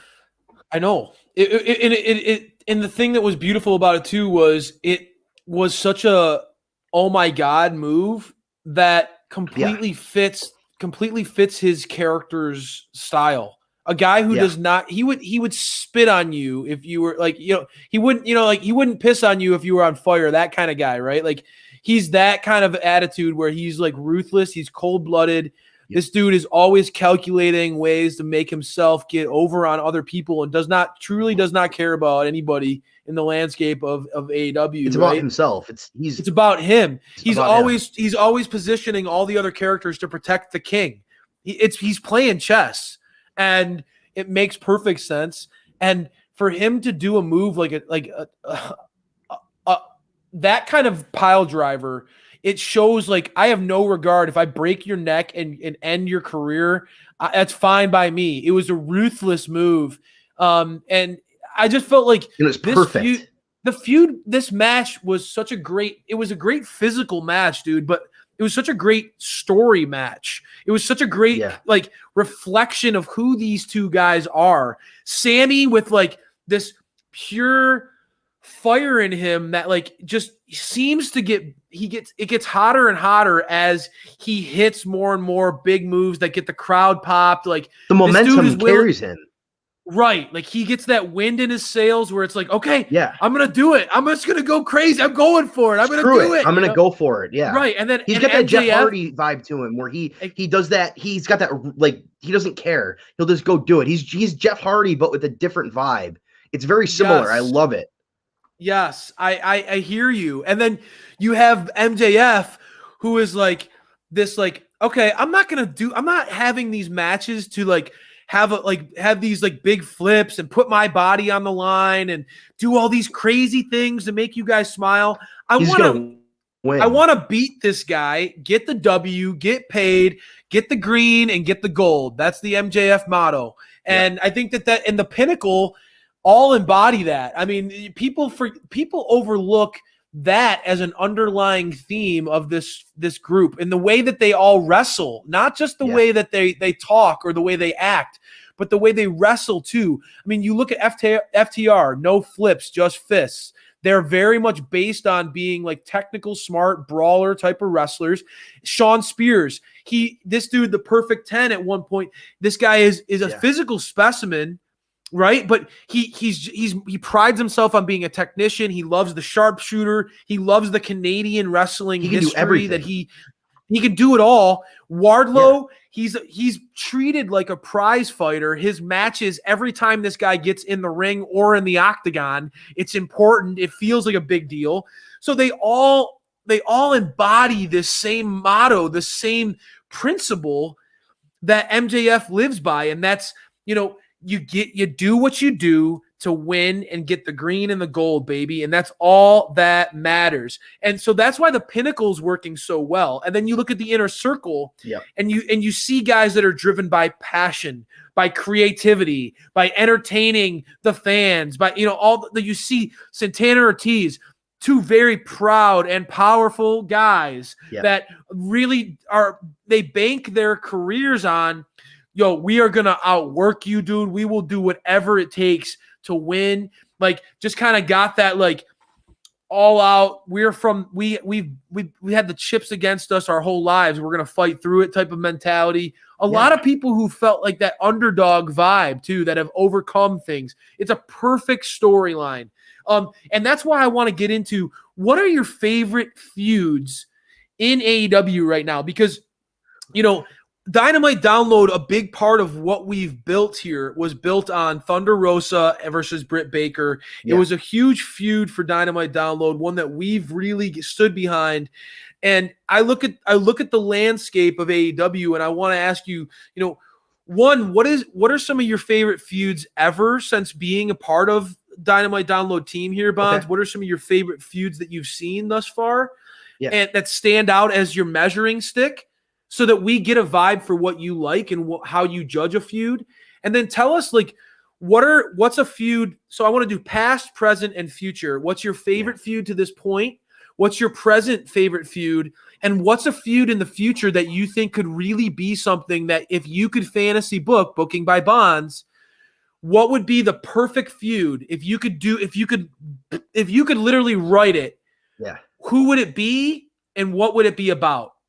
I don't want you to obviously I want to respond. So try to keep your answer like a little tight, but I really want to hear those three things. And I'm inspired by Bret the Hitman Hart. Happy birthday to the Hitman. Happy birthday, Hitman. Yeah. And so, but the best there is, the best there was, the best there ever will be. Tell me your best there is, the best there was in AEW, because Brian Rosa, thank you for joining us this year as well. Hey, Brian. So going back to Thunder Rosa and Britt Baker's feud is my one that I loved it. They were so good. And that match they had, that blow off, like, it was perfect. That match was awesome. Pay-per-view worthy match. Again, these matches that we're going to talk about, for me personally, aren't the pay-per-views. These are these matches we're seeing on Dynamite. Like, these are the matches that are ending shows, that are main eventing shows. And in Britt and Thunder, they had this personal grudge going. They had they just hated each other, and it was so natural, and it worked so well, and they sold it so well. And that match they had was perfect. Just the blood and the gore and how they just went after each other the whole time. It worked for me so well. It's probably, honestly, one of my favorite women's feuds ever in terms of women's wrestling, maybe my favorite ever. It is that good, where it was just on point. And since I've been covering this with you guys, I'll be honest with you guys, I didn't watch AEW every week until I started working with Crayfish and SPD. I was a wrestling fan in my teens, when I was a kid. I kind of fell out of love with the industry for a little while because of some stuff that I've talked about. CM Punk stuff, we don't have to worry about that. But I ended up like getting in on this because Crayfish, who I respect as a wrestling fan, was like, hey man, get into this. And this was one of the first feuds I got to see coming back was Britt and Thunder. What a treat. I loved it. It worked What a so treat. well for me. And it was just perfect. It was perfect. And I loved Yeah. it. And that's why we wanted Britt to be the champion so bad. You know, part of it was that feud. It was because we knew Thunder she can hang couldn't, right? We knew Thunder couldn't because of her contract situation. because of the stuff with the other companies. And that's But with Britt, when Thunder talked to us, she said she knew her time would come. Yeah. That's kind of ominous now that we look back on it, because it's like, yeah, I get it. She knows that, like, it was her job to make man, like, she's so good at this, but getting other people over her. She's so good at promoting and making other women strong. it was perfect. But Britt benefited from this feud so much. And Britt really, I feel, does have the potential to do some special things as a champion. But it's really obvious, Bonds. Thunder Rosa, was a big part. It was a 50-50 feud. It was. It was 100% and that's what makes it 50-50 beautiful. feud. And that's what, like, they both joke around about it, but the Joker and Batman, that's what makes that feud so great, is that, they're both equally awesome, and it's great to root for both. And it was great. It was perfect. It's like you can literally go into each match and say, I love both of these people. I love both of them. I wanted them both to win. And Right. it was because I respect them both as competitors. Right. I think they're both top notch, and they're both some of the best in the world at what they do. Totally agree. And that'll lead me into my current feud, which is the Pinnacle versus Inner Circle, which we just talked about. But I'm going to kind of take it a different angle here, because I think that Inner Circle needed the Pinnacle where they were, because I was getting a little bored when they were having MJF and Wardlow in Inner Circle. Yeah. I was waiting for a direction. And when the Pinnacle debuted, I was like, there we go. We got that direction. We got this. Let's see where this goes. And we were a little worried early on. We thought that the blow up was like, oh, this is a little too early. But now where they're going with this, where they're having these matches every week or every couple weeks, they're setting them up. They're setting up separate storylines. Oh, man. Like, this stuff that they're doing is awesome. And again, like I just said, this MJF and Sammy match is probably going to be my match of the year. At least right now, if we're saying this in July 2nd, what's my match of the year? This is the match of the year. What's going to happen when they don't have interference at the end, and they just, who knows? That's what's interesting. Exactly. What's going to happen there? Because basically all of their matches have had interference, and I was getting like frustrated by so much interference. But the way it almost is like they can get me back like that. It's just about getting me on that, like, okay, I get it now. I get what they're doing here. It's kind of like with the Young Bucks, where I was getting frustrated a little bit. Yeah, I know. With some of their matches, and then this last couple weeks, okay, I'm back. I'm bought in. Yep. And you're the biggest Bucks advocate that on our team right now. And right. You were really getting agitated with, like, man, every match, like, guys, every match is gonna have ref stupidity and cheating, like every single match. Come on. But now you're like, they don't need it. Now you're like, this is pretty good. Like, what they're doing is pretty good. Exactly. It's starting to come around, and I think that, like, the Pinnacle versus Inner Circle, SPD. What's funny is, if SPD was here right now, he would be nodding along, listening to you, because from the get-go, we've been doing this for 41 weeks. From the get-go, he's always said Chris Jericho is. Anytime Chris Jericho's in a segment, it's gold. Anytime MJF is in a segment, it's gold. When they're together in a segment, like, it doesn't get better. It doesn't get better. So I think that, like, I think you're on right now, dude. The Britt Baker versus Thunder Rosa feud is your favorite ever in AEW. Love that pick. Inner Circle versus the Pinnacle, great selection by you. And what would be your ultimate booking by bonds scenario? This one I think is very subjective, but I want to hear where you would take it. I mean, what would be your dream scenario? So I want to stay kind of grounded here. Like, I don't want to just come up with something random, I want to come up with something that they're already setting up. Right. And I want to book Hangman and Kenny because I Okay. think that All right. that story has so much potential.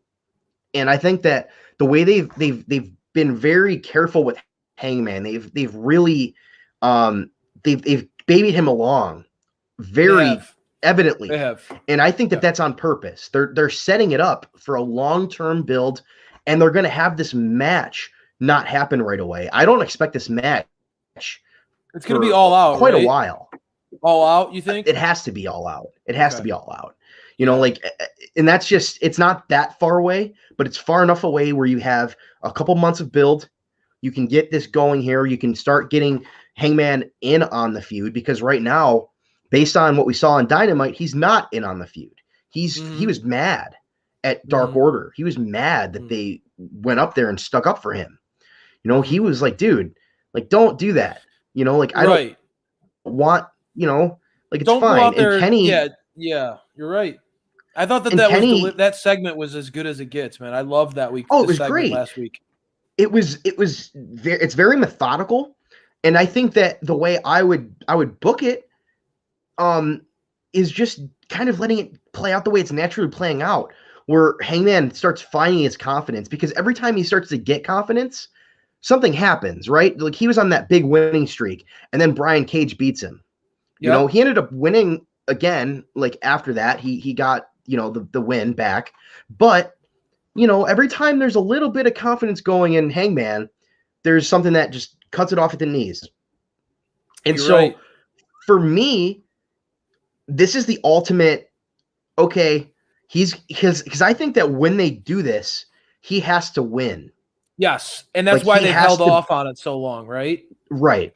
Right. Like, when he beats Kenny, It's gonna he be has epic. to, like, it's gonna be like them crowning their guy, because Kenny Omega had a career before AEW, right? That's so true. We're like, Hangman is their guy. Hangman's 28 years old, 29 years old. He's a guy that they can have as their guy for 10 plus years if he wants to be that guy. And so you have a dude who could potentially hit that next level of stardom, where he's a star now. Like Hangman is great. His offense is really fun.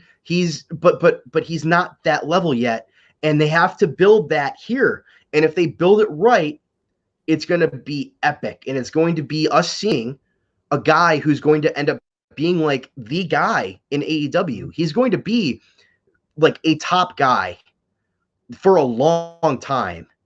And I'm so excited to see what they do with it, because I know that I would be chomping at the bits to freaking write it. I would love it. I would kill for it, because I think that it's already there written on paper is something like, hey, man, like, we got something gold here. Let's just roll with it. And it's ready, man. It's ready to go. And we're going to see it here in the next couple of weeks. They're setting it up.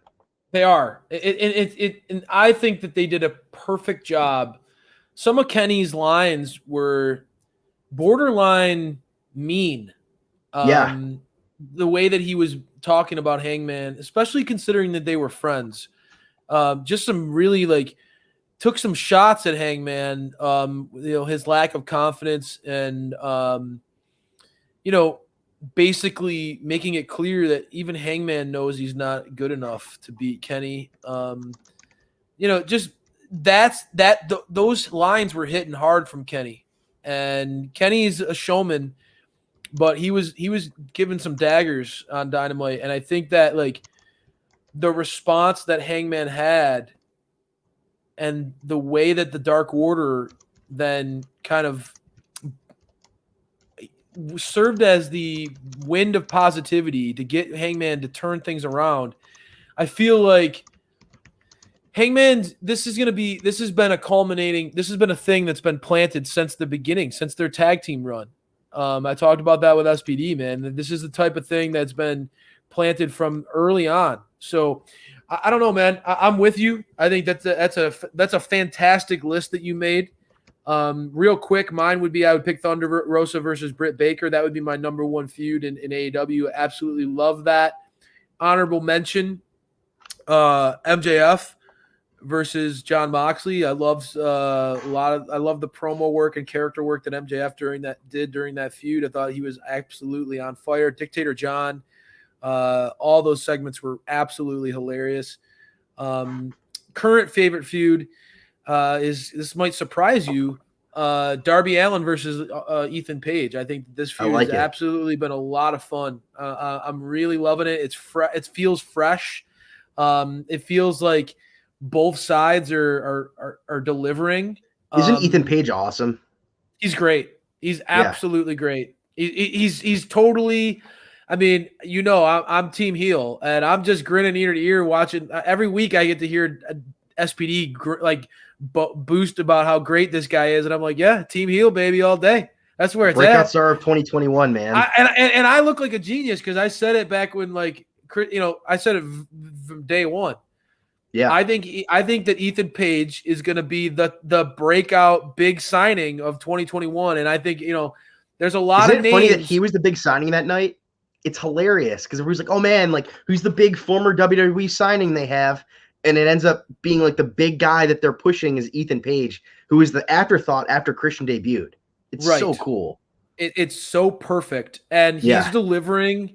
He's delivering in a way that I was like, holy smokes. Because I watched him in Impact and with Josh Alexander, and I saw that. I was like, all right, he's good. He's good.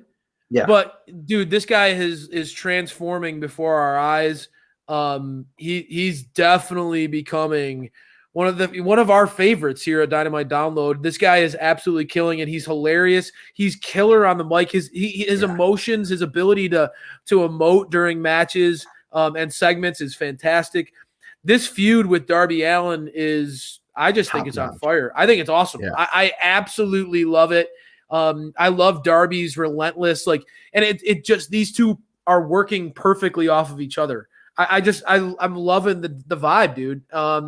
Long term, my favorite feud, if I could book a perfect feud, I would say it would involve a trios championship, and it would be the Death Triangle going against the Elite. Ooh, I like that. I would absolutely. Can you imagine Pac, Penta, and Phoenix against Kenny and the Bucks? Would it be Kenny and the Bucks? They wouldn't be the Good Brothers?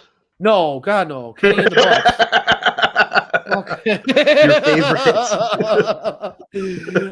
But that would be a dream feud for me, man. Can you imagine trios championships on the line? Yeah. The Death Triangle, the Golden Triangle, my favorite, the Golden Triangle going against the Elite. I just think that would be money in the ring. It would be freaking amazing on social media with the Bucks and how the other side, the Death Triangle, doesn't do anything on social media, and the Elite do everything on social media. The bad guys with the social media guys. Yeah, it would just be great. I just think that everything would work in that. Doesn't Pac have one tweet of his on his whole account? It's like this is my new Twitter account or something. It's the generic one or something stupid like that. Yeah, absolutely. That's awesome. He doesn't give. I love it. He's such a good character, man. I've actually watched some background stuff about him, and it's so cool because he's such a cool guy in just normal real life. He's such a good actor because he's such a weird jerk.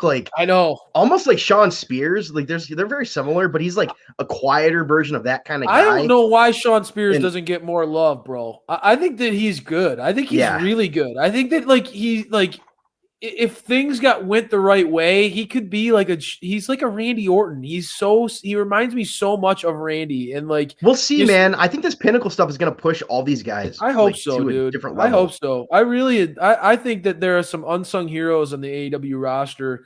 There are a lot of he's people one of them. I feel like there are a lot of people who don't get the love they should. He's definitely one of them. It shows how deep the roster is, really, because there's so many guys. And real quick before we get on our last topic here, and dude, I loved your picks. Awesome picks. Those mirror mine. Smart, great feuds, great matches that could have between these guys. I love this stuff. Thanks, man. Thanks. And again, you and I have always agreed very much on a lot of this stuff with wrestling. We have very similar minds for the business. Yeah, we do. But there are so many guys on this roster that we've known about and watched for a long time, not just since they've been in AEW, but since they've been in WWE or Yep. Impact or Ring of Honor. There's so many guys, and it's like, man, the rosters now, in terms of like WWE and AEW, the fact that AEW has one show, right, on a Wednesday night, one show, 2 hours with all of the talent they have.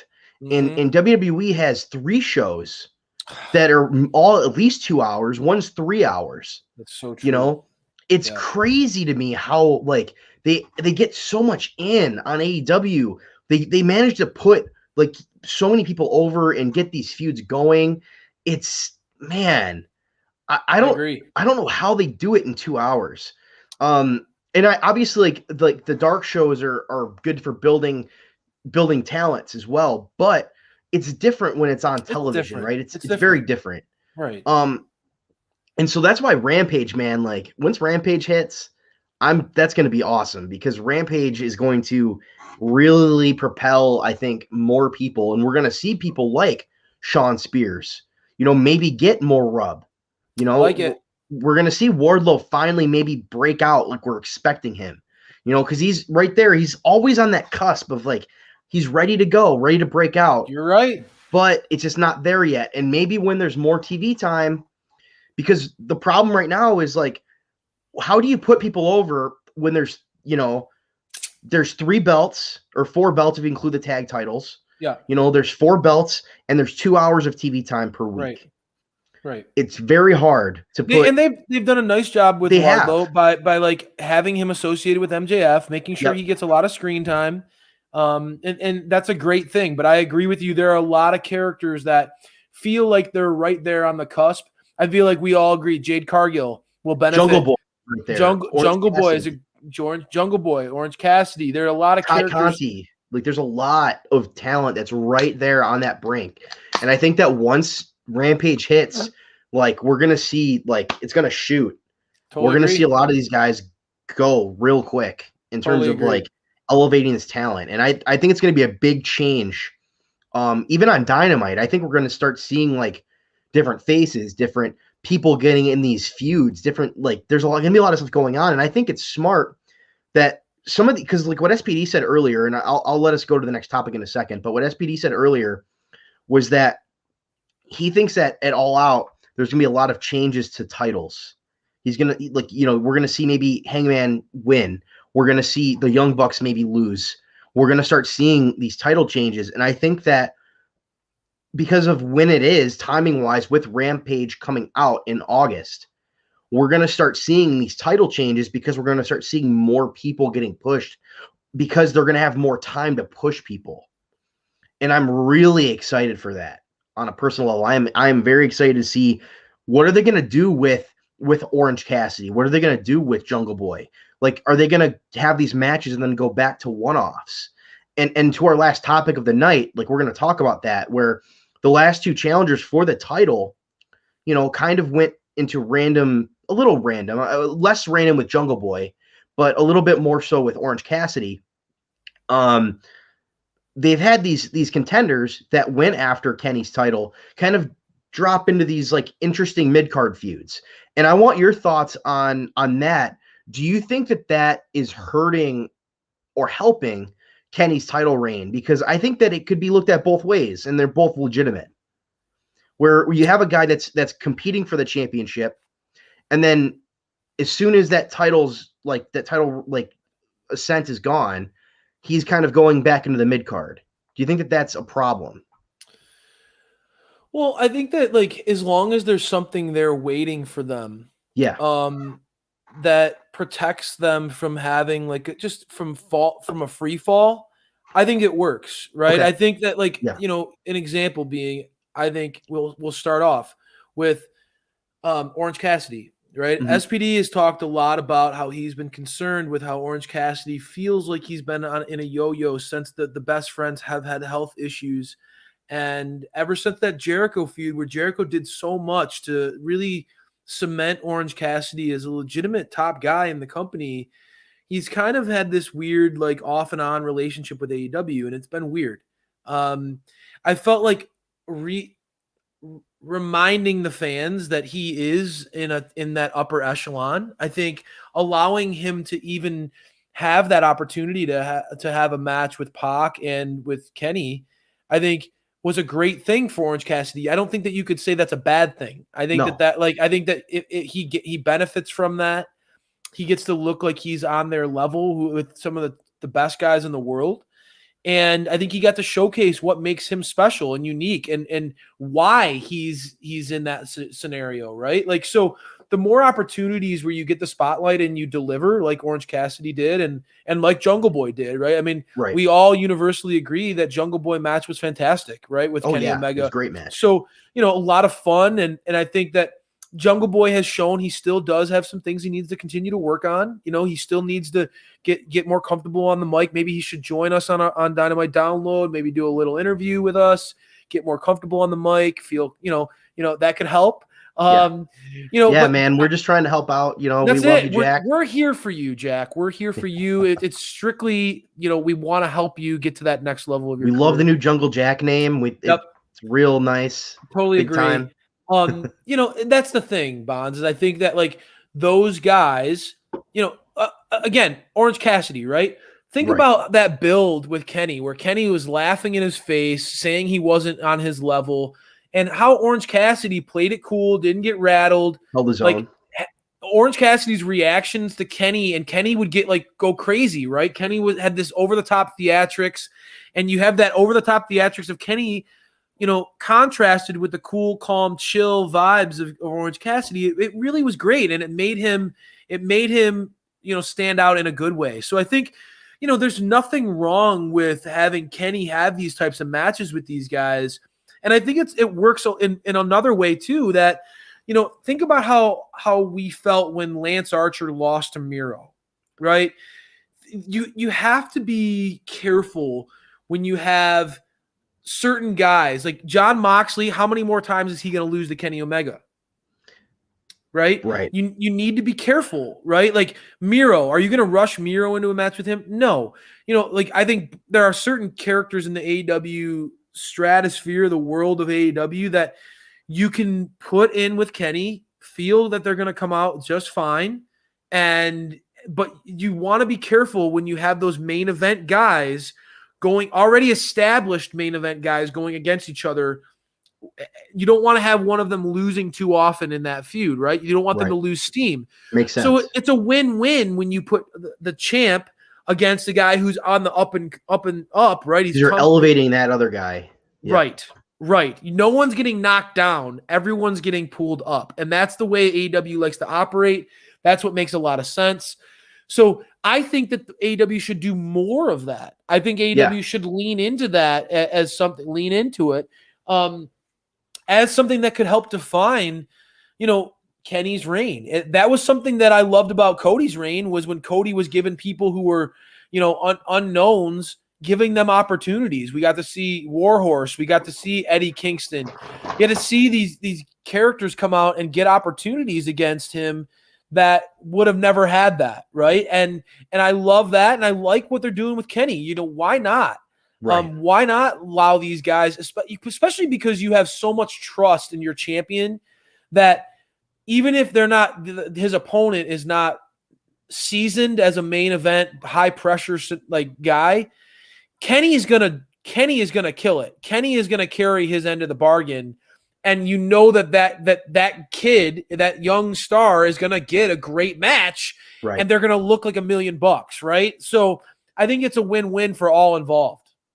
Yeah, man, I feel it, and that's why I'm glad we're talking about this, because Pen, great point. Yep, exactly. There's so many teams that they've helped elevate, and part of why I love how they're building personally is they're kind of descending into madness like Kenny. Right. And they're facing those the teams that are established now. So it's like before, when they were still kind of, they were beating, they were kind of on the downfall. They were still having these matches where they weren't being as big of jerks against these guys. Yep. And then they kind of elevate them. But now when they're against the more established guys, when you beat them, it's not as big of a deal. Right. Right. So I love it. Exactly. And I think that the stuff with Kenny works because of that as well. Like, I don't have a problem with Jungle Boy losing. You know what I mean? I think the fact that he was in that match is going to make him in a year or 2 years when he's ready for that title reign, ready to go. Exactly. You know, because then you can say this guy's fought for the title before. He came up short, but he held his own. And so with a little bit of seasoning, I think they said he's still at 24. I know. He's a kid. Yeah. You know, he's younger than me. And that's nuts. You know what I mean? So there's a lot of guys on this roster that are young, hungry, ready to go, and he's one of them. You know, I agree. Orange Cassidy is a guy that's a relative unknown. You know, he's a little older than Jungle Boy, but he's Right. a relative unknown. The fact that he held his own too, like that's another guy that you have in your pocket if something happens where you're like, Right. okay, man, like he got over when the crowd's back. You know, now that the crowds are back, we're gonna see some changes as well. We're like, maybe they're like, okay, Orange is over enough, like we'll give him that kind of chance again down Right. the line because It's- he is over. You know, so and true. Jungle Boy is over enough to where like, okay, Jungle Jack, you're ready for this reign in a year. Mhm. You know, where I think ultimately what we're seeing is there's a big transition from guys that have been established from other companies I and get that what have you're that saying. have done their job, that have gone and grinded down and like just been awesome at other places. I think that we're gonna start seeing these guys that are homegrown start kind of elevating, and I love that. I think The that's really Acclaimed, cool. The Acclaimed, MJF. yeah, MJF, Right. all these guys, Ty like Conti. Ty Conti, Top Right. Flight, you know, all these guys like Jungle Boy, Varsity Blondes. Right. yeah, Hangman Feels Page, like a lot of Orange Cassidy. You're right. There's a lot of characters. Hangman Page, you talked about earlier tonight. yeah, A lot there's of these homegrown stars. I agree. I get what you're saying, man. I think that you're spot on. I think that there's a lot of, the writing is on the wall. AEW is invested in their youth. I think that, there's a lot of that criticism out there, like, oh, they're all this ex-WWE guys. I Dude, don't it's see that at so- all. It's I don't even so think that. I couldn't agree with you more.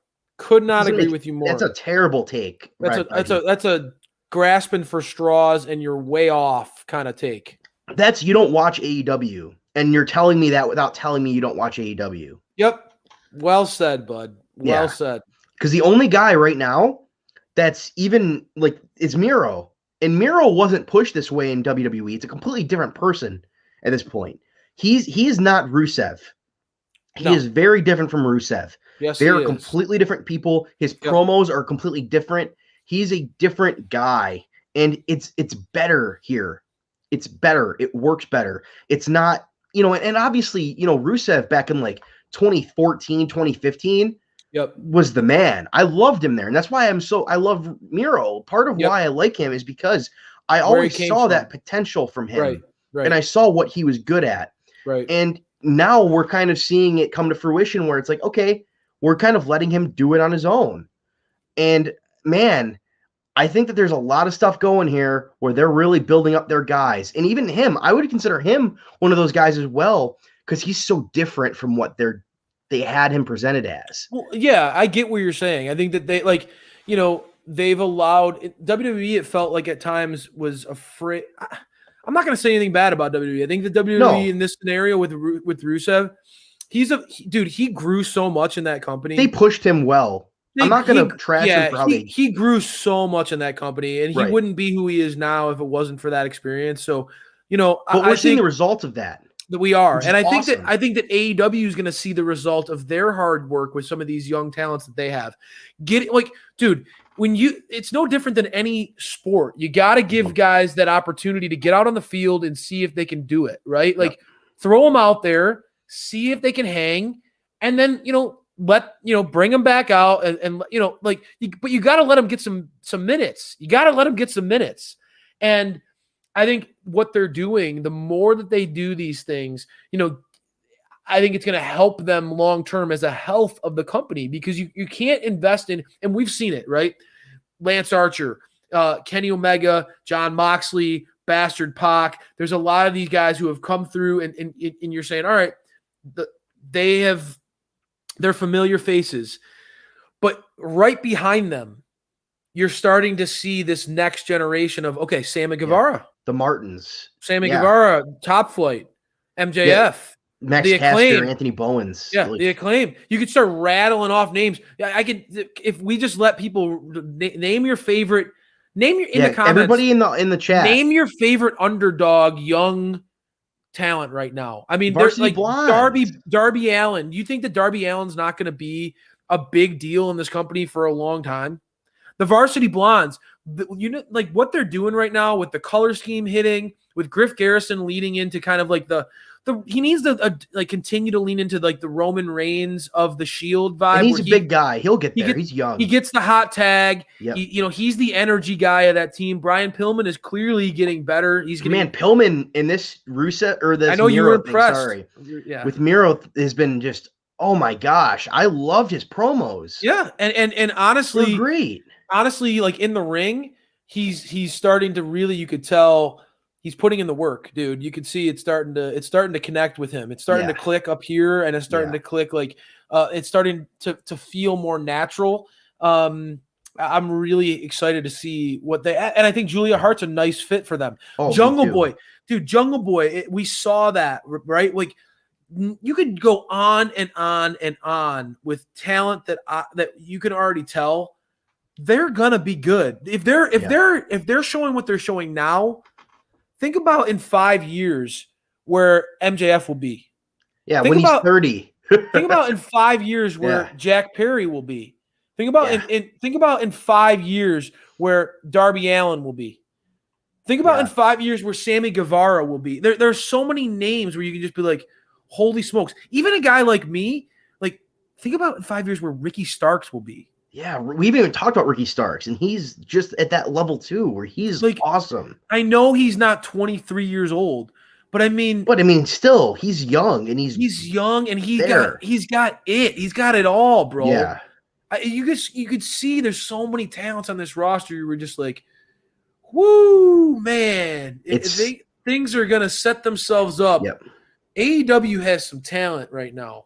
They have some real talent, bro, and you compare the long term, the next, like right now, WWE's roster. You look at talent wise, Drew McIntyre, AJ Styles. There's a lot of talent in this roster. Oh, I love their roster. Seth Rollins, Roman Reigns, Cesaro, the Usos. You could go on and on. Kevin Owens, Edge.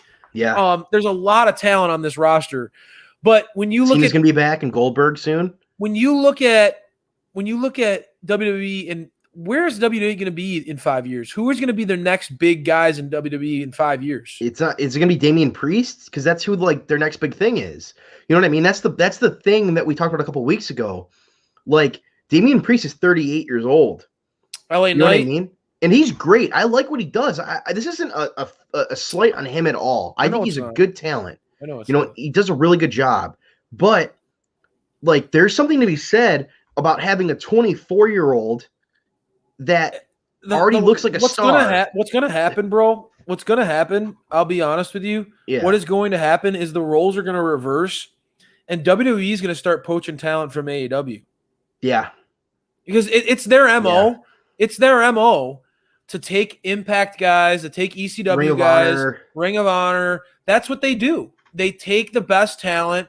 Just when, like, Adam Cole and Kyle O'Reilly. Right? Yeah. That's what they do.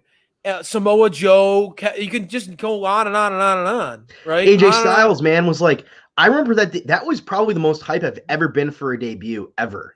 I was so excited. Dude, there's so many examples. Their current roster is basically built off of poaching other companies, and that's what's going to end up happening is they're going to say, like, okay, like, the Acclaimed, let's just say it as an example. Like, well, I don't think they would go. WWE doesn't like tag teams, so that's true. Maybe they would just hire Max Caster. Right? Maybe they throw a ton of money at at Max Caster for a singles run. You're right. Yeah. That seems like an up their alley type of thing. But you know what I mean. And his name would be like. Hold on, give me a second. His name would be Castro Maximus, and he would have in his gimmick he would wear a freaking loincloth or something stupid. You'd look like an idiot. I could see WWE throwing a lot of money at Sammy Guevara. He feels I think that the thing about these Tony, guys man, love AEW, man. Tony has that money, man. I think there's a lot of loyalty to AEW right now too in that locker room. I think there's a lot of loyalty. I'm gonna go back before we head out for the night because we've been on for 2 hours. But before we go out, like one thing I want to talk about, MJF said in an interview, like I listened to this, I was like, man, this is really good. I talked to you guys about this before, and I was really interested in this. So like MJF said he wanted to always sign with WWE, but then he was like, man, I can't be my character that I want to be in WWE. No, you think So that why he would I can give the middle like, fingers to everybody and no, like, he say would the shit that he says? MJF would suck in WWE. He would. Like He'd be neutered. He'd be he would saying suck. poopy. He'd be saying Like, poopy. yeah, he'd be saying, "Hey, John Cena, you're a jerk. Yeah. I don't Right. like you, and I am the salt of the earth. Yeah. Bye. Yeah. And I'm gonna I have more lose. money than you. I'm gonna be the guy that gets beat up, and then Go ahead. they're Give not us your gonna like MJF. me. They're gonna boo me. I'm MJF, and I'm great. I'm Maximus, Darko Milicic Friedman, because that's what they would make my name. Like they'd be something stupid like that. I just want to continue I want to end the show with just you giving us your WWE MJF promo. Just give us the WWE MJF promo. Hello, we should- I am Maximus Jacob Joshua Free. We have to change his name. Yeah, yeah. I'm Maximus Jacob Joshua Fried guy. Yeah, yeah. I Well, want to hear it. we should do this for a segment one night. We should come up with if we're gonna have guys go from AEW to WWE, what would their name be in WWE? I like it. Bea Priestley just changed her name to like what? Bea Nightingale or something. Come on. What about Dewdrop? Your favorite? Yeah, yeah. What a cool name. Oh, all right, brother. Well, it's past midnight here on the East Coast. You can all tell that we're getting a little slap happy here, talking about Maximum Joshua. Jason Joshua. Yeah, we can't even do it. Yeah. We can't wait to talk. There you go, Scoot. I like it. That's the winner right there. Maxwell Amadeus Mozart. That's the winner. That's the name right there, Max. You know it's gonna go over. You've never worked anywhere before this. You're gonna grow a mustache and nobody's gonna recognize you. That's great. Or you're fired. It's so great being an AEW fan. It's so great to get back to the normal rotation, dude. The Friday Night Fights and Flights is so much fun. Even if we have no viewers, I just love watching us talk and honestly, to those of you who have stuck with us throughout this whole show, thank you so much for being out there and having a good time and chatting with us about AEW tonight. It's a blast. Friday Night Fights and Flights is a joy. It's such a good time. We just kick it with you and just have a good time with y'all. Love this community. Love y'all. Have a great night. Bonzi, take it away. Everybody, you guys have a great night. Like Crayfish said, and read my column because it's awesome, and you guys are awesome for being here with us tonight. And have a Stone Imperial Starfucker Hazy IPA. Human. Goodbye. Adios, mi amigos.